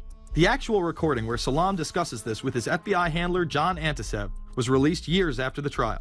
You got paid regularly for good information. I mean, the expenses were a little bit out of the ordinary, and it was really questioned. Don't tell Nancy I told you this. Well, I have to tell her, of course. Well, then if you have to, you have to. Yeah, because, I mean, the lady was being honest, and I was being honest, and everything was submitted with a receipt. Yeah. And now it's questionable. It's not questionable. It's like a little out of ordinary. Okay. You know. All right. I don't think it was. If that's what you think, guys, fine. But I don't think that, because we was start already building the bomb, which is went off in the World Trade Center. It was built by supervision from the Bureau and the DA, and we was all informed about it, and we know that the bomb start to be built. By who? By your confidential informant. What a wonderful, great case. Following the convictions of the Muslims who were too inept to make their own bomb and park the vehicle in the proper area, Salam was pulled into the FBI's witness protection program, where he has never been heard from again. Prior to the largest and most devastating terrorist attack on U.S. soil, the United States was poised as the first truly global superpower. Brzezinski would muse in 1997 that geostrategic success would represent a fitting legacy of America's role as the first, only, and last truly global superpower, and that the only way to mobilize Americans was a truly massive and widely perceived direct external threat. In September of 2000, a neoconservative think tank called the Project for a New American Century echoed Brzezinski's statements, saying the United States is the world's only superpower, combining preeminent military power, global technological leadership, and the world's largest economy. An engine for New World Order ideals, members of PNAC included Dick Cheney, Donald Rumsfeld, Jeb Bush, Scooter Libby, William Kristol, and Paul Wolfowitz. Describing the difficulty in projecting force, they write the process of transformation is likely to be a long one, absent some catastrophic and catalyzing event, like a new Pearl Harbor. This takes us full circle to the September 11th attacks of 2001. In my previous film, Fabled Enemies, I expose in great detail the Saudi Arabian, Pakistani, and Israeli connections in conjunction with this international intelligence operation. In the early 1980s, bin Laden worked with operatives from U.S. intelligence, the Pakistani military, and Arab states. They ran a wide-ranging covert network that recruited and financed Muslim fighters to battle the Soviet army. The hijackers that were trained at U.S. military installations and protected by the FBI and CIA. The military exercises leading up to 9/11, and those that took place as the attacks occurred. Open line. Command, Sergeant Richmond. Sergeant Richmond, Sergeant Light from Cheyenne Mountain Test Control. How are you? I'm doing fine. Okay, I need you to terminate all exercise inputs coming to Cheyenne Mountain at this time. Copy.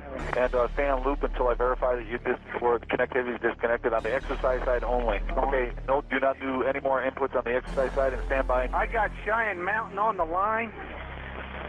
Terminating all exercise inputs. So, over, see if you didn't know that exercise. Oh, yeah. The Black Ops program, Able Danger, and the shadow government involvement. This morning we learned that the Vice President wasn't the only one sent to an undisclosed location on September 11th, that an entire backup government was and is still there and may be there for as long as anyone now at least can imagine. As well as much, much more. The government has lied about 9/11 repeatedly and used it to dominate the Middle East, while creating an evolving police state here, encroaching on civil liberties at home. And of course, building a new world order. There is a chance for the President of the United States to use this disaster to carry out what his father, a phrase his father used, I think, only once, and hasn't been used since, and that is a new world order. We know now that September 11th of 2001 was the beginning of what we might call a new world order. The New World Order that this president's father talked about with such great enthusiasm seems to be high on the agenda of this administration. Under the second Bush administration, massive amounts of civil liberties were openly and brazenly taken away following 9/11. The passage of the Patriot Acts, the Military Commissions Act, and other horrifying anti-constitutional legislation was enabled by the incredible amount of fear generated by the media, all in the name of keeping us safe here at home. The war itself would create huge profits for the military-industrial complex, and the globalists would seize even more power and control over Middle Eastern resources in what they planned to become a Eurasian Union under their control. Although the establishment claimed to be fighting for our freedom abroad, they were destroying our sovereignty by stealth. Expanding on NAFTA, they were able to consolidate power on the domestic front by deindustrializing the United States through CAFTA, the Central American Free Trade Agreement, as well as the SPP, the Securities and Prosperity Partnership. Opponents, however, say the initiative is nothing less than a plan to create a North American Union that would eliminate sovereignty for all three nations. Building on the North American Free Trade Agreement, the NAFTA section of the Commerce Department is busy drafting laws and regulations for a North American Union, a union of Canada, America, and Mexico. The President has attended secret meetings and signed at least 2 agreements under the Security and Prosperity Partnership Program. The stated goal established by Presidents Bush, Fox, and Prime Minister Paul Martin is integration by 2010. It's a plan from the business elites, the political elites, that will cost more American jobs, cost American sovereignty, but it would fulfill the president's father's vision. Now, former United States Trade Ambassador Robert Zoellick is talking about it again with renewed vigor. This time, a new world order with business at the helm of trade and economic policy. It's an agenda that goes hand in hand with the United States, Mexico, and Canada, working quietly and behind the scenes to promote a common market with common deregulation for the benefit of multinational corporations. It's remarkable to me, the arrogance, the idea of just simply throwing away the nation's sovereignty, but they're trying to do so in so many ways. People better understand that they mean exactly what they're saying. It's a new world order they're trying to create. Dobbs, the only mainstream anchor to expose the New World Order, resigned shortly after bullets were fired into his home. The elite do not plan on waiting around for these unions to be formed before implementing the next step in global government. Through the vast global economic crisis of the last few years, they have been able to devalue the dollar and undermine it as the world's reserve currency. They have allowed the Federal Reserve and IMF to consolidate power by taking control of the Securities and Exchange Commission, as well as issuing a global currency instead of the dollar, disguised as a special drawing rights unit. This aspect of the New World Order was announced at the G20 in April of 2009. There is a big thing that's going to happen in London at this G20, and then they're hiding it, they're camouflaging it, they're not talking about it. Coordination of international regulation. What they are going to do is to put our Fed and our SEC under the control, in effect, of the IMF. The New World Order, that's what they're planning in there, is to undermine the U.S. currency, and it's just really sad. What it really is putting the American economy under international regulation. Yeah. And those people who have been yelling, oh, the UN's going to take over global conspiracy government. Theorists. They've been crazy, but now they're right. There's 20 or whatever people in the G20, say there's 20 ministers, thousands of us, and we can't get our voices heard. When Geithner said he would be open to the idea of a global currency last week, yeah.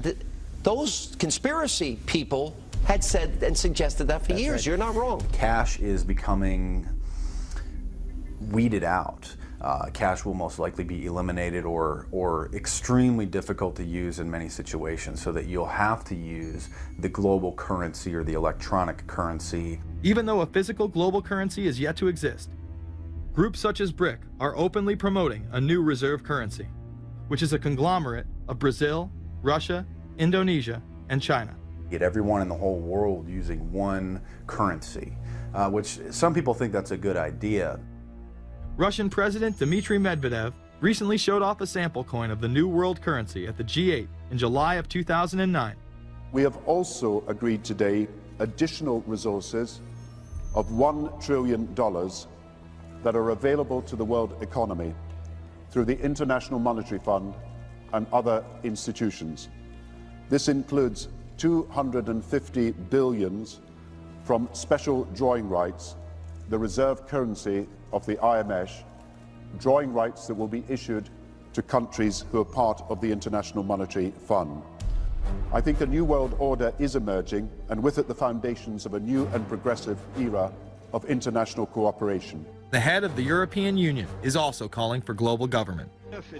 2009 is also the first year of global governance, with the establishment of the G20 in the middle of the financial crisis. Gordon Brown has called for a world constitution. We now need nothing short of a world constitution for the global financial system. Both Gordon Brown and Barack Obama had been groomed to be the next Anglo-American spokesman for this new world order after Bush and Blair stepped down. Here is Gordon Brown in front of the CBI prior to him being chosen to become Prime Minister. And it's only now that we can begin to understand that the world order that globalization brings and what it's going to look like. But what does the new world order mean for countries like ours who are looking to succeed? And the question for us is how we meet and master all these challenges to ensure that Britain enhances its competitiveness in the process and realizes what I believe is our destiny of success in this new world order. A new world is emerging. It is a new world order with significantly different and radically new challenges for the future. President Barack Obama has also espoused similar views on globalism. Here he is in Berlin, Germany, in July of 2008, in what media have dubbed his New World Order speech. Well, there have been extraordinary scenes in Berlin tonight as thousands of people gathered to hear Barack Obama deliver key foreign policy speech on his current European tour. The Democratic presidential hopeful laid out his vision for America's place in a new world order. In this new world, such dangerous currents have swept along faster than our efforts to contain them. And that is why we cannot afford to be divided. No one nation, no matter how large or powerful, can defeat such challenges alone. But the burdens of global citizenship continue to bind us together. In this new century, Americans and Europeans alike will be required to do more, not less. Partnership and cooperation among nations is not a choice. It is the only way, the one way, to protect our common security and advance our common humanity. That is why America cannot turn inward. That is why Europe cannot turn inward. America has no better partner than Europe. Now is the time to build new bridges across the globe as strong as the one that binds us across the Atlantic. Now is the time to join together through constant cooperation and strong institutions and shared sacrifice and a global commitment to progress to meet the challenges of the 21st century. Barack Obama also became the first sitting president to ever become the chair of the Security Council for the United Nations, which only further cites his allegiance to world government. In an era when our destiny is shared, power is no longer a zero-sum game. No one nation can or should try to dominate another nation. No world order that elevates one nation or group of people over another will succeed. No balance of power among nations will hold. The traditional divisions between nations of the South and the North make no sense in an interconnected world. I think its task will be to develop an overall strategy for America in this period when really a new world order can be created. It's a great opportunity. The globalists, who know that Obama is going to promote their plan, want to make him such a superhero that nobody will question what he's doing. He is very much a product of the system that he is now technically in charge of. Obama alone, or the Democrat Party alone, is not responsible for his massive rock star status. It's been done by the media. This establishes that Obama is an unapologetic globalist who holds no one nation above another, despite its policies. Perhaps we should move towards a society more like China if that's the case. After all, on the 60th anniversary of the communist Mao regime takeover, the Empire State Building, once a proud symbol of the United States, was lit in the colors of the Communist Party halfway across the world. In fact, following the United Nations Copenhagen Conference in December of 2009, the Washington Post ran the headline, "Copenhagen Climate Deal Shows New World Order May Be Led by US, China." The Copenhagen Conference was disguised as a summit that would save the planet from man-made global warming by cutting carbon emissions.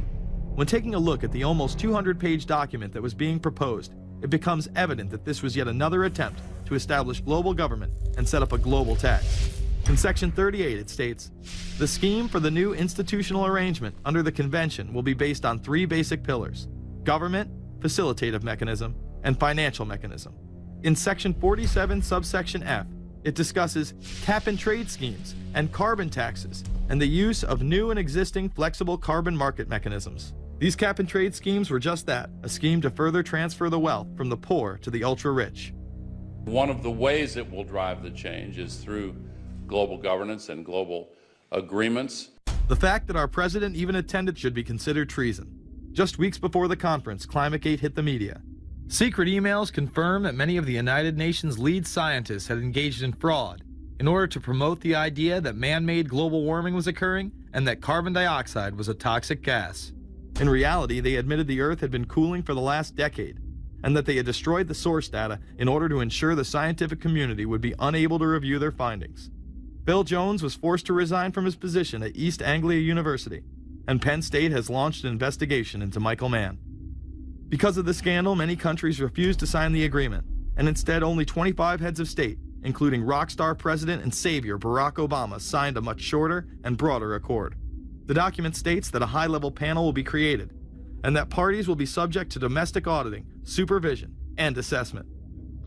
The climate conference in Copenhagen is another step towards the global management of our planet.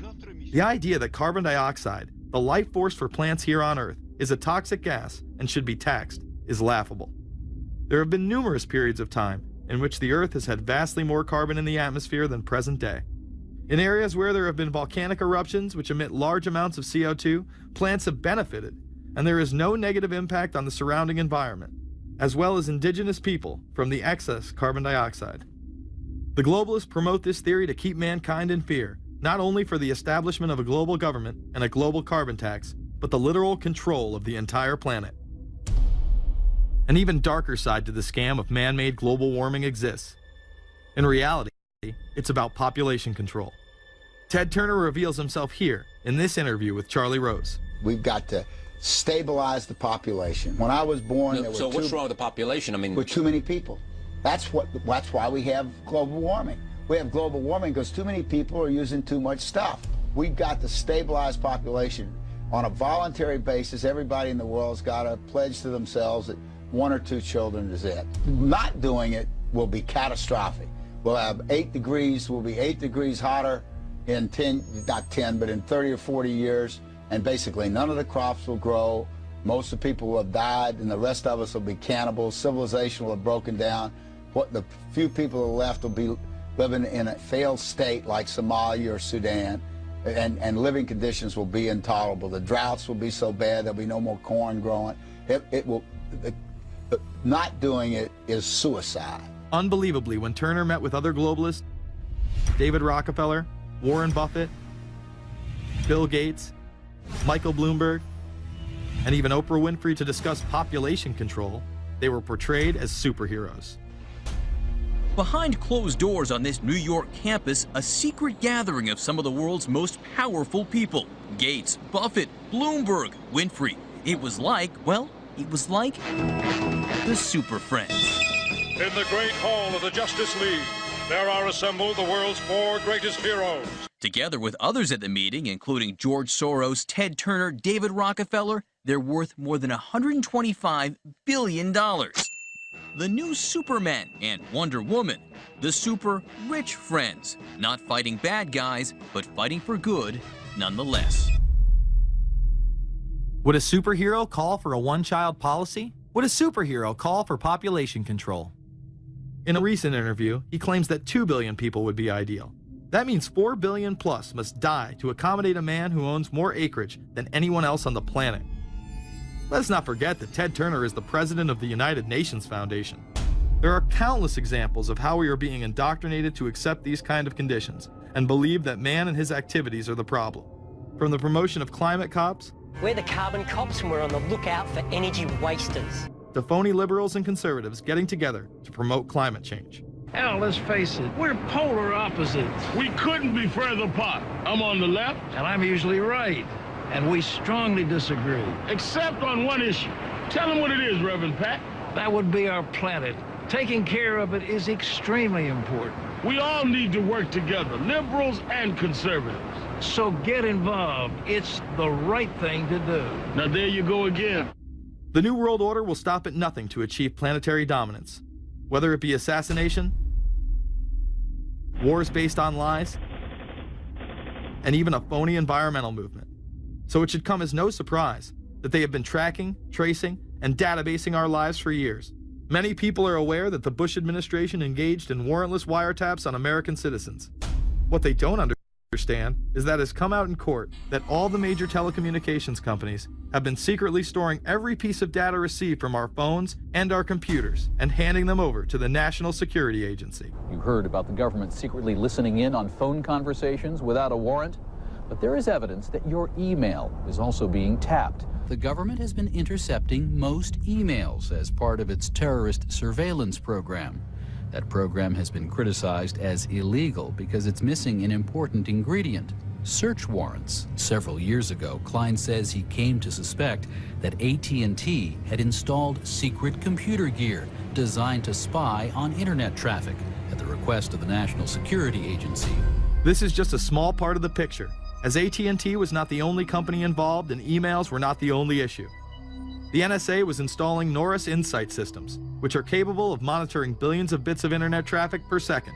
It was also able to monitor any calls trafficked through its system, all websites visited, all instant messaging, and separate types of transaction records.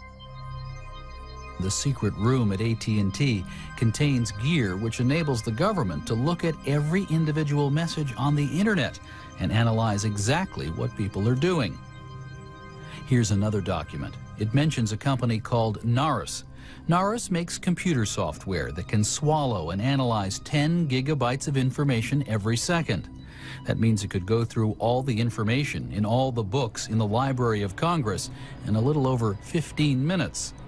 The documents Klein and others were able to produce were then censored by the NSA. Bankston isn't allowed to talk about the documents in detail. The government has since had them sealed, but he says what is in there boggles the mind. We are talking about a substantial portion of all the communications traffic in the United States. The policies have been shielded by the Obama administration and continue to this day. Attorney General Holder has publicly stated lawsuits be thrown out of court, and after several attempts, Klein and other cases were thrown out as well, once again citing the national security of what used to be a constitutional republic, not a massive corrupt slave state. Living in the New World Order, when it's close to completion, for the average citizen, for people like you and me, is going to be essentially slavery. We're never going to be able to get ahead. We're never going to be able to amass enough wealth, essentially to retire or to do what we want to do in life. We're going to constantly be working for the man. They're creating essentially a two-class system. So it's going to be an inner ruling elite and then everyone else. And I got news for you. You're everyone else. The New World Order that is currently being built revolves around creating a global technopoly ruled by the elite, in which they dominate and control a severely reduced populace, which they treat as their pets. In the New World Order, the people are the enemy. Internal documents released in March of 2009 reveal that the Department of Homeland Security is targeting citizens who discussed the New World Order, people with a Christian identity or sovereign citizens who argue that the government has gotten away from the intent of the Constitution and are strong states' rights advocates. People who are anti-immigration, stating, extremists will argue that immigrants are taking the jobs of U.S. citizens during times of high unemployment and without paying taxes. People who oppose the Federal Reserve banking system. People who display constitutional party or libertarian material. People who support Ron Paul. And those who have bumper stickers containing anti-government rhetoric. This document is one of literally thousands that make everyone a possible terrorist. This establishes a pattern of demonizing ordinary citizens while giving draconian powers to the state. You are considered guilty until proven innocent. As technology is developed, separate parts of their command and control system are beta tested around the world. Here at home, Boy Scouts are being trained to take on returning veterans and disarm domestic extremists, while national programs such as City Year are training young people to serve the government. I am change. I am fierce. In the United Kingdom, it has been established there are over 4 million CCTV cameras. That is around 1 camera for every 14 citizens. Their purpose is not to solve crime, as it takes 1,000 CCTV cameras to solve just one crime. It is to create a tattletale society in which everyone is under constant surveillance by the state and those around them. The company Internet Eyes is now paying people to log on to the internet and watch CCTV cameras in real time as they turn in criminals for cash. Families deemed by the state to be unfit in England have now been put under 24-hour CCTV supervision in their homes. This program has plans for 20,000 families in England, which is to double in the next 2 years. Your every move in both your home and the outside world is under constant surveillance by a criminal elite who operate above the law. As we are constantly under the microscope, their activities remain in the shadows. Obama extended diplomatic immunity to Interpol with Executive Order 12,425, further empowering criminal behavior within our own government. In the Middle East, endless wars will continue. Under the Obama administration, we have sent tens of thousands of more troops into Afghanistan, all while the same network exposed in the Iran-Contra affair discussed earlier controls the opium trade. It was revealed in October of 2009 that the CIA had been funding puppet Afghani leader Hamid Karzai's warlord brother for the last 8 years. He is the lead opium dealer in the region. It seems the same cartel that was dealing drugs in the 80s and 90s never stopped. After all, how else could the government fund black operation programs across the board? The Karzai regime has whole sections of it which are drug-supported, and we can't touch it. We turned Afghanistan into the major supplier of heroin for the world. It happened under CIA supervision. This continues while many of the Taliban are literally on U.S. payrolls. Is there a possibility that we have Taliban employees? The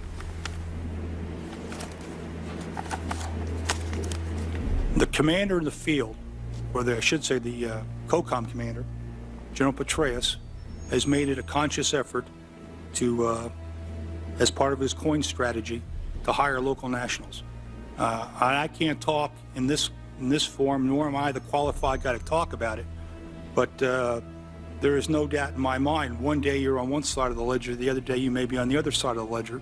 Biometrics have been instituted in both Afghanistan and Iraq, where individuals are subject to fingerprint devices, iris scanners, and electronic databases to screen local residents as well as DNA tests.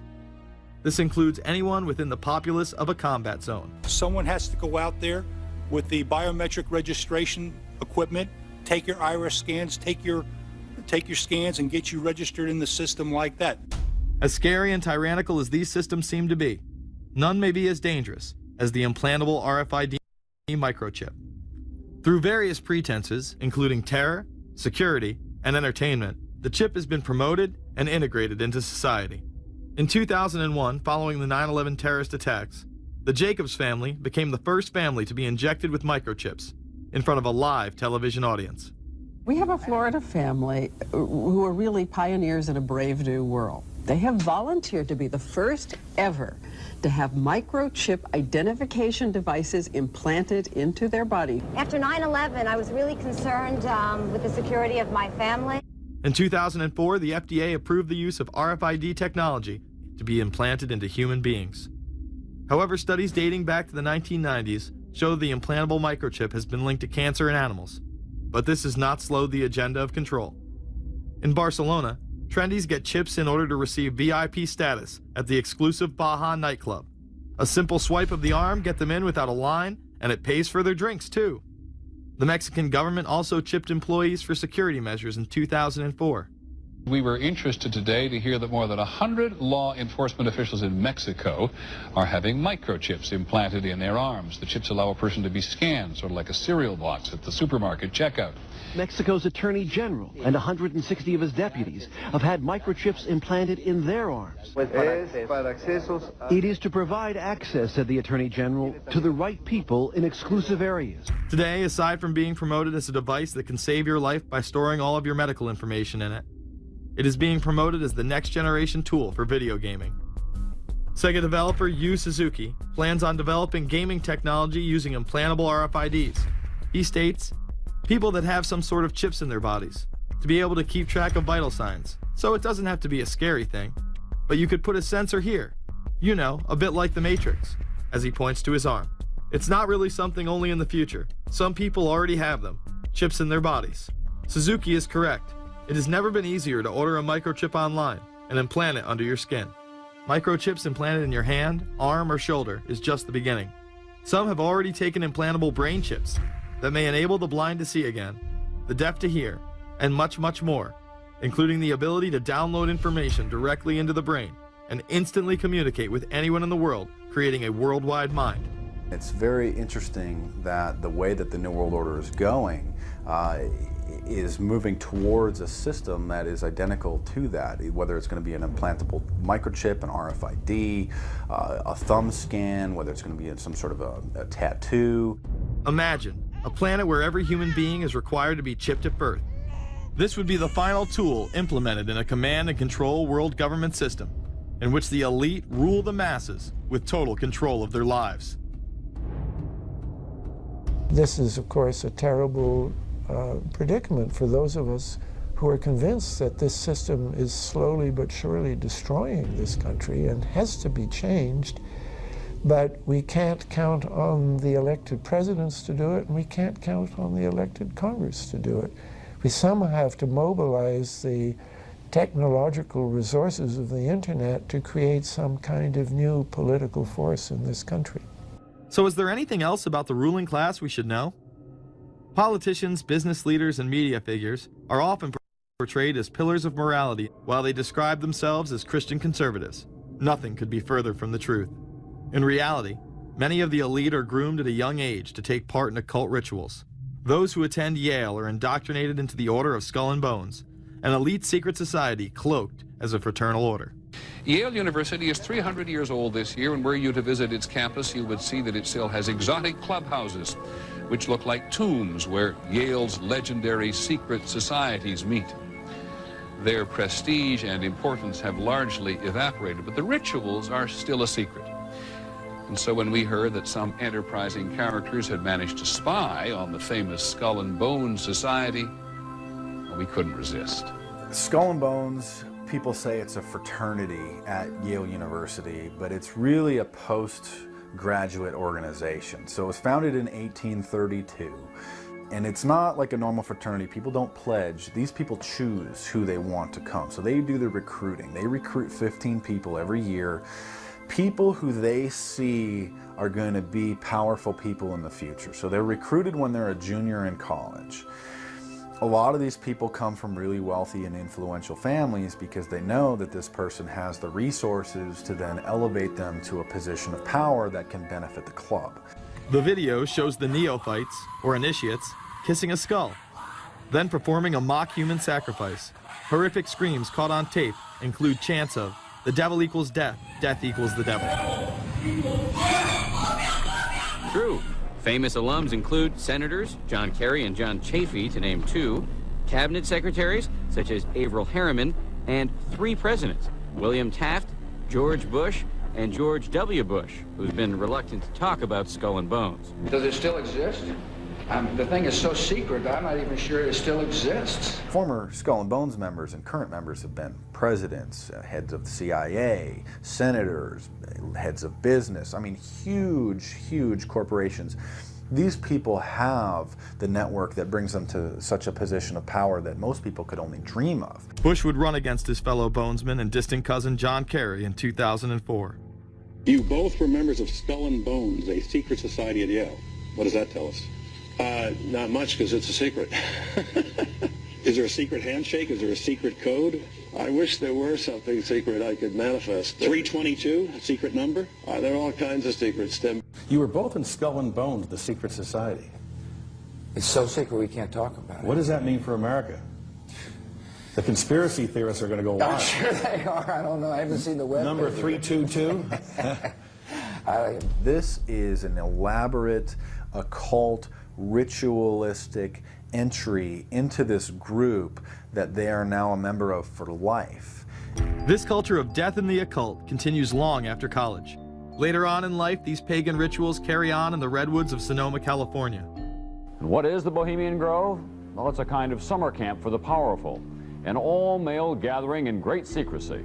This group was formed in the late 1800s by artists, industrialists, and politicians. Bohemian attendees worship the owl as their deity. The Aztecs, Mayans, and other natives of Mesoamerica considered the owl a symbol of destruction and death. This is why the opening ritual for the club is the cremation of care. During the ritual, the effigy of a baby is rowed across the water by the Grim Reaper and given to a high priest, who then tosses it on a fiery sacrificial altar of a 40-foot owl god. It is an earth-based ritual in which care is burned away. The conscience is symbolically cast aside so that they may ignore the pain they have inflicted on others for the advancement of their own agendas. With this ceremony called the cremation of care, that begins the two-week encampment where the body of dull care, symbolizing woes and concerns, is burned on an altar in front of a big owl statue. When that ceremony ends, they all start to cheer and yell. You have to ask yourself why it is that somebody would want to do that, let alone these elite people. And if you look at the elite throughout history, many of the people that achieve pinnacles of power are into the occult. They seek a supernatural way to gain power. Why are Christian conservatives such as the Bushes and Newt Gingrich attending the Grove? And I recognize I'm not going to be invited to Renaissance Weekend or that Bohemian deal where Newt, Rush, and Dick all sit in a teepee, naked, beating on tom-toms. Why does the media barely mention the Grove? Because many of them are in attendance. Late political cartoonist Phil Frank of the San Francisco Chronicle draws a reporter thinking about his loyalties to Bohemian Grove as he takes notes for a story. Stories about what happens in these redwoods are hard to come by. A campground statue reminds Bohemians to keep their mouths shut about the Grove. Many world events have been shaped at the Grove, including the creation of the atomic bomb. Discussions at the Grove in the 1930s helped lead to the development of nuclear power and the atomic bomb. Every Republican president since Calvin Coolidge has been a member, as well as many Democrats, including Jimmy Carter. If you look at the membership lists of the Bohemian Grove and the Council on Foreign Relations, the Bilderberg Group, a lot of the key level people are overlapping and are involved in numerous groups. In addition to pagan rituals that take place there, this all-male club also deals with darker themes through the plays Montezuma, which feature Aztec human sacrifice, and Faust, which feature Mephisto. Some of these plays are disturbingly flamboyant. Many of the elitists have a penchant for cross-dressing and singing show tunes. Perhaps that is why much of the all-male staff also happen to be homosexuals. Well, each year, many of them seem to have a stunt or try to come up with a stunt. Last year, 1980, the popular button was Free the Fortune 500. Bohemian Grove that I attend one time at a time. It is the most faggot goddamn thing you could ever imagine. In 2004, the New York Post reported that gay porn star Chad Savage would be servicing moguls at the Bohemian Grove. In recent years, several politicians have been outed in scandals, including Senator Larry Craig, who tried to solicit sex from an undercover officer in 2007. Even more shocking, it was revealed in 2004 that right-wing blogger James Guckert, who had unprecedented access to the White House during the Iraq War, was actually Jeff Gannon, a madam and male prostitute for MilitaryStuds.com. During his 2 years writing for GOP USA and Talon News, Gannon officially made over 200 appearances at the White House. Oddly enough, over 24 of these visits would take place when there were no scheduled briefings. He failed to check in or out with the Secret Service on many other occasions, coming and going as he pleased. These type of activities are not new to the White House. In 1989, headlines involving call boys in the White House rocked the cover of the Washington Times. The Washington Times reported today that unidentified White House aides in the Carter, Reagan, and Bush administrations now are being investigated for using the services of a call boy ring. The paper reports that 2 of the male prostitutes were given a late-night tour of the White House last year. Hundreds of credit card receipts obtained by the Washington Times confirm that its clients were key officials of the Reagan and Bush administrations, military officers, congressional aides, and U.S. and foreign businessmen with close social ties to Washington's political elite. This ring extended beyond the White House and into Congressman Barney Frank's bedroom.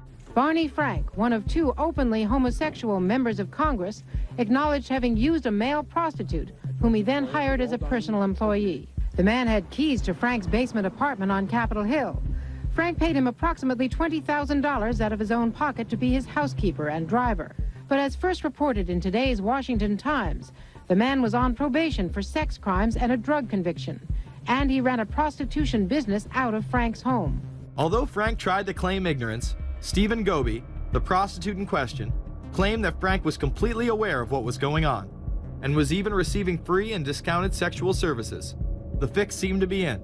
Frank was threatening members of Congress to remain silent prior to being exposed in this sex ring. Massachusetts Democrat Barney Frank, a homosexual, threatened to expose fellow congressmen he knew to be gay unless they stopped spreading rumors. Questions stopped and Frank walked away with a slap on the wrist.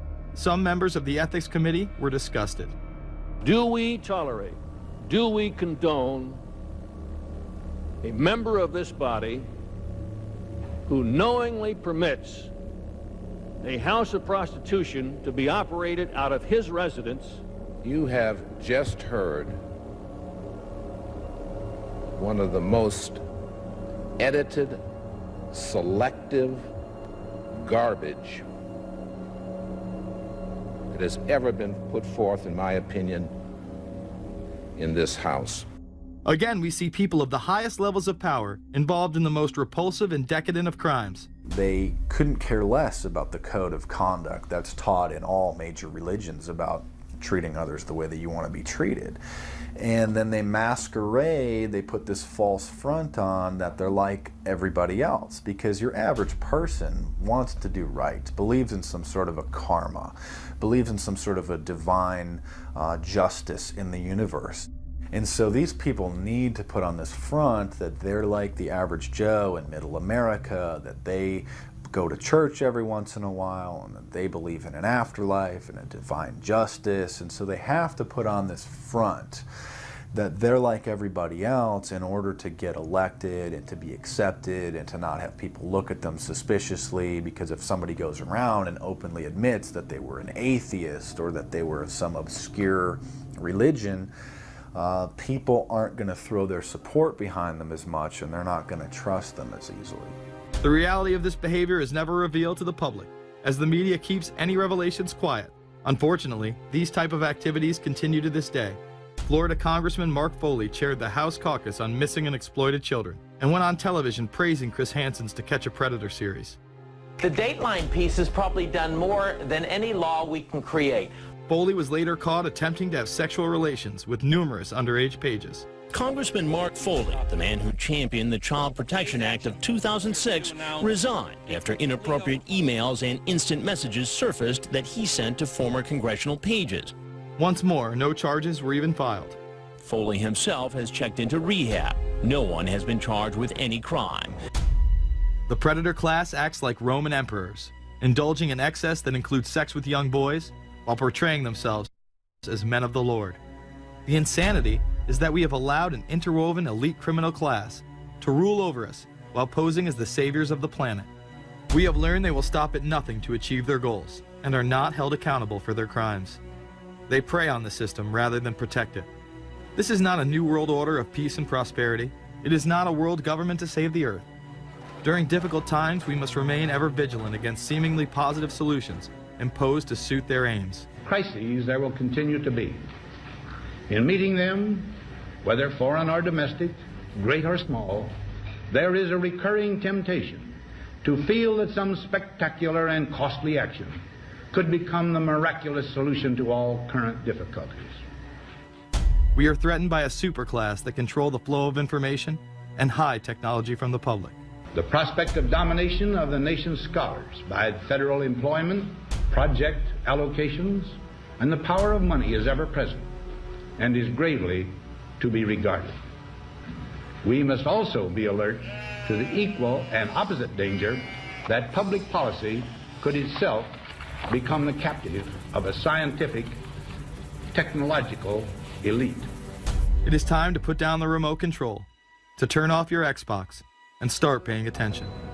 It is time to step away from everyday luxuries and pop culture and take action against a monolithic, concentrated evil in order to save what's left of humanity. We must now trade in our apathy for action in order to defeat this invisible empire.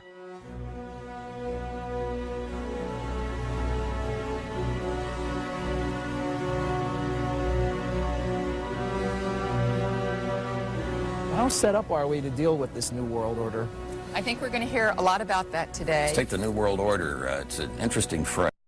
I've been thinking a little bit about the structure of the world, right? The New World Order, as everybody says. The peace could yield to the pernicious New World Order. The New World Order. The New World Order. The New World Order. The New World Order. This New World Order. Stay fixed on your goal of imposing the New World Order. You kept talking about a New World Order. A New World Order. That's what we need now. A new world order with swing. One war and one victory doth not a new world order make. Conservatives used to believe in the United States of America rather than the United States of the New World Order. The ambition to create a new world order. Whose world order is this? And of course, what he called it was the New World Order. Respect for a new world order. We can see a new world coming into view, et cetera, et cetera. That's the core of the New World Order that we want to try to build. It's the sole superpower, New World Order. New world order. A New World Order. To a new world order of peace. Let's say a New World Order, for want of a better term. Entities of the new world order. The whole concept of New World Order is something else. It really says that the state is God. The state will play a bigger role in the economy. New order. What Wilson wanted was a new world order, not just a new world order. In order to compete in the New World Order. Compete in this New World Order. This is the third leg of the New World Order. We had the World Bank, we had the IMF, and now we had the World Trade Organization. A rigid New World Order. This hoped-for New World Order. Constructing a new world order. In the New World Order of the 21st century. The new world order we're going to put in place In this New World Order.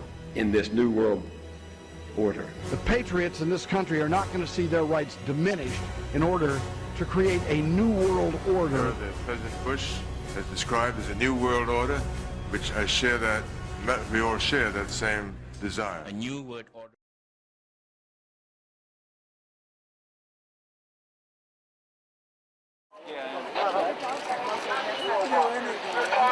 No, just tell us to leave and we'll go home. Where's the announcement? Seriously. This is police brutality. All members of the press are all going to be on TV. Guys, just remember that's a young girl right there. This is my homework. Please. Can I go to this school?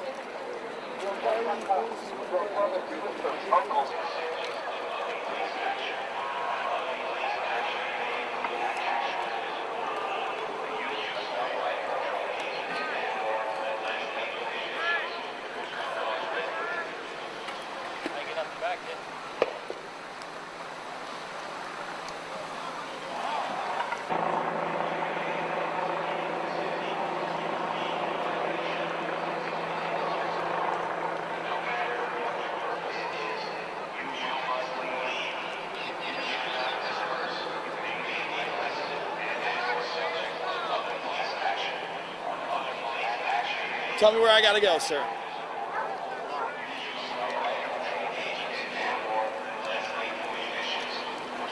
I'm asking where I gotta be. Turn around! All right, jeez. Then go! All right, man, jeez, I didn't do anything. Not violent.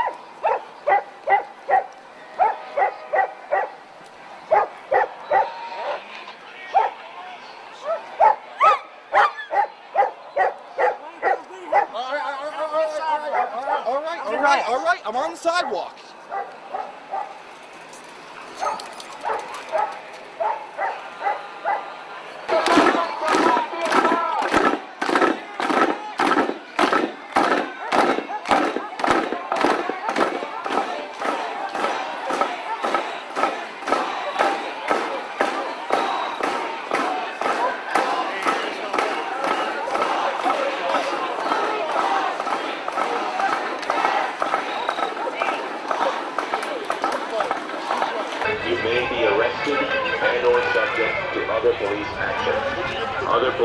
action may include actual physical removal, the use of riot control agents and/or less lethal munitions, which could cause risk of injury to those who remain.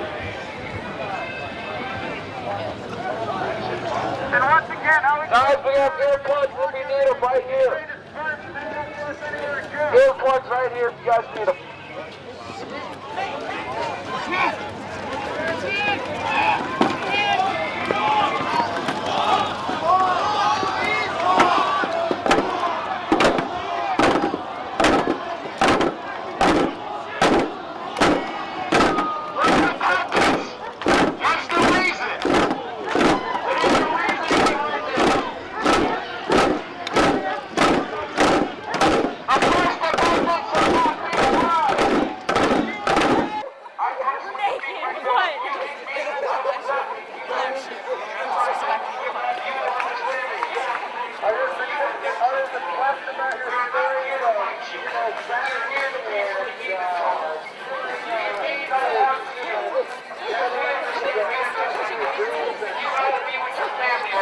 Standing out here facing American citizens.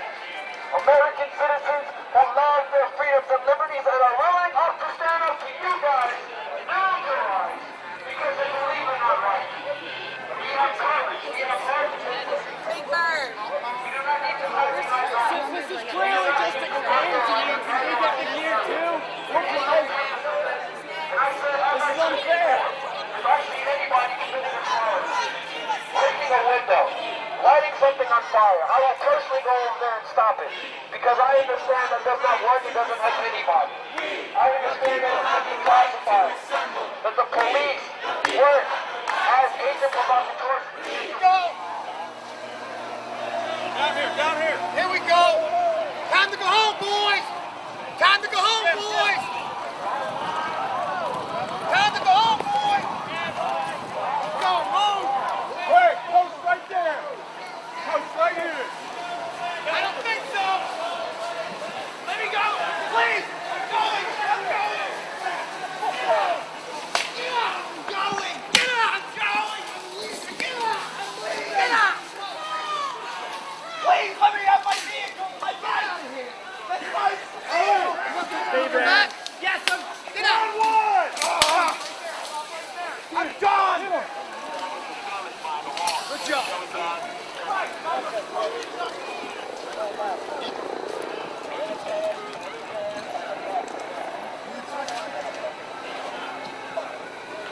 1-1, where you at? Bravo 1.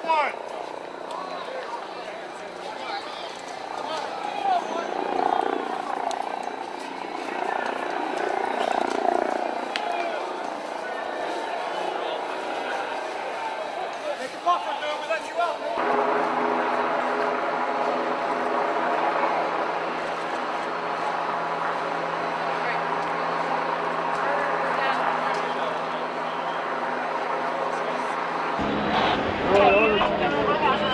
You had your credentials 15 minutes ago, half an hour ago. Is it good? Okay. Stop you to 312. Thank you. Go ahead. Let her out, let her out. I just want you to be through this call pending 200 South Craig Street. What's going on? I'm walking. I'm like, let me get out. They start camera, like, going all around us. I'm walking. Police officer just shoves me with his nightstick. I start running. They're like, you're not moving quick enough. Takes me and beats me. For your safety, get on the ground. And now we're all being arrested for what? Get on the ground. Sir, for your safety, get down on the ground. Can I get out of press? Sir, for your safety, get down. You're with the press? Yes, sir. Who are you with? Dude. Oh, Jesus Christ. He's out? Man, I thought you were caught. Pips Have out. you seen Pip? Pips out. Pips out. Pips out. Pips out.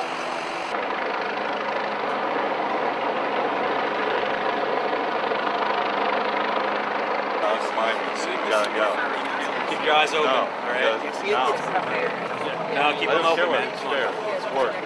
Tip your head all the way back, guy. Come on. I don't know. Come on, tip your head all the way back. I got one around my head, around my neck. You have one on mine. What's up on backpack? You got your backpack, right? Yeah, your backpack's right behind you. You're out of here. She's out of here. She's out of here.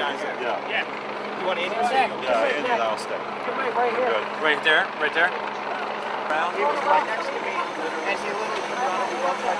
Run this, 69U. Bermuda eyes, how close they get him. Alright, cool. Thanks, man. Yeah. You alright? Alright, dude. Come on, man. Do you need a dry one?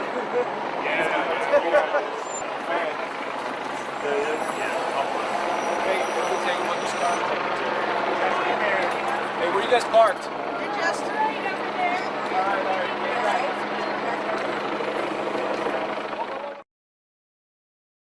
A PhD in political science. I taught English at the University of California for 34 years. And now that I'm retired, I can devote all my time to writing books about deep politics. With the development of the atomic bomb, people worried about the decapitation of the American government. And so ever since the 50s, there have been groups of people, usually very interesting people, planning for what would happen if there was a nuclear attack and the government was, as they say, decapitated. And under Reagan, that planning went off in a new direction. Two of the key people doing the secret planning then were Cheney and Rumsfeld, although Cheney was just an ordinary congressman under Reagan, and Rumsfeld was the CEO of a drug company, but they were empowered to consider, they worked with Oliver North, and it was called Plans for the Suspension of the Government. And they changed the conditions. There was a special executive order which said it would no longer be for an atomic attack, but for any emergency. And that's why it was possible for COG actually to be instituted for the first time on September the 11th, which of course was not an atomic attack. By that time, Cheney and Rumsfeld had been working on the planning for 20 years. And in the late 90s, neither Cheney nor Rumsfeld was in the government. They were both CEOs of corporations. What this means, the only way the best evidence we have about it is to go back to when Oliver North was quizzed about it in the Iran-Contra hearings, and he was asked if he was working on plans to suspend the American Constitution. And the chairman of the committee, the Iran-Contra committee, banged his gavel and said, "We can't go into that in a public session," which sort of corroborated that he knew what was being talked about and there was something there. I think that many of the things that are most disturbing that we've seen since 9/11, the end of habeas corpus, warrantless detention, warrantless surveillance, and above all, preparations for martial law. Those are things that were described about this planning back in the 80s, and we've seen them all come to fruition since 9/11. So in my book, The Road to 9/11, I speculate that this is part of the COG plan that was implemented. The fact is we don't know, Congress doesn't know, and when Congressman DeFazio of the Homeland Security Committee saw that the state of emergency authorizing this had been renewed yet again in 2007, and that there were COG provisions in the classified annex, he asked to see them, and he was told he didn't have the clearance to see them. And then the Homeland Security chairman on stationery officially asked and was told that the committee didn't have the clearances to see what the COG planning was. So that this is we're getting to two levels of government here. One level of government where we have checks and balances, what we call the constitutional government, and a higher level of COG government where the constitutional authorities are not allowed to go. I don't want to get too much into detail, but I think a lot of what we don't understand about what happened on the morning of 9/11 and what Cheney was doing that morning, which is he's given two different versions of, all has to do that he was doing things on a COG phone, which wasn't even in the bunker under the White House, was in a more secure place, and that's why the 9/11 Commission looked for authorization to bring the planes down and so on, and they couldn't find that authorization. There's just there's some kind of gap in the telephonic communication, and I think the answer is it's because we were going now to COG communications instead of ordinary communications. A state of emergency cannot last for more than a year and has to be renewed. And without mentioning the act, Bush did annually renew. And so it was clear when Obama was elected that we were going to find out what Obama would do. And a former Congressman, Dan Hamburg, and myself appealed to Obama, first of all, not to renew it, and also we appealed to Congress to observe another part of the same law that says that if there's any state of emergency is declared, then Congress shall, it's not an option, they're required by law to review it within 6 months and either terminate it or render it official. And we were waiting to see, and unfortunately Obama disappointed us just in September 2009. He then did, for the first time mentioning the act, say that under the terms of the act he was extending the state of emergency for another year. But this is not really a legal state of emergency under the act, because for it to be legal, Congress should have approved it. And it was a terrible disappointment that we asked on the internet, we asked people to write their congressman, make sure Congress did this. And one congressman wrote back and said to his constituent and said, we understand that the provisions of this act have been overridden.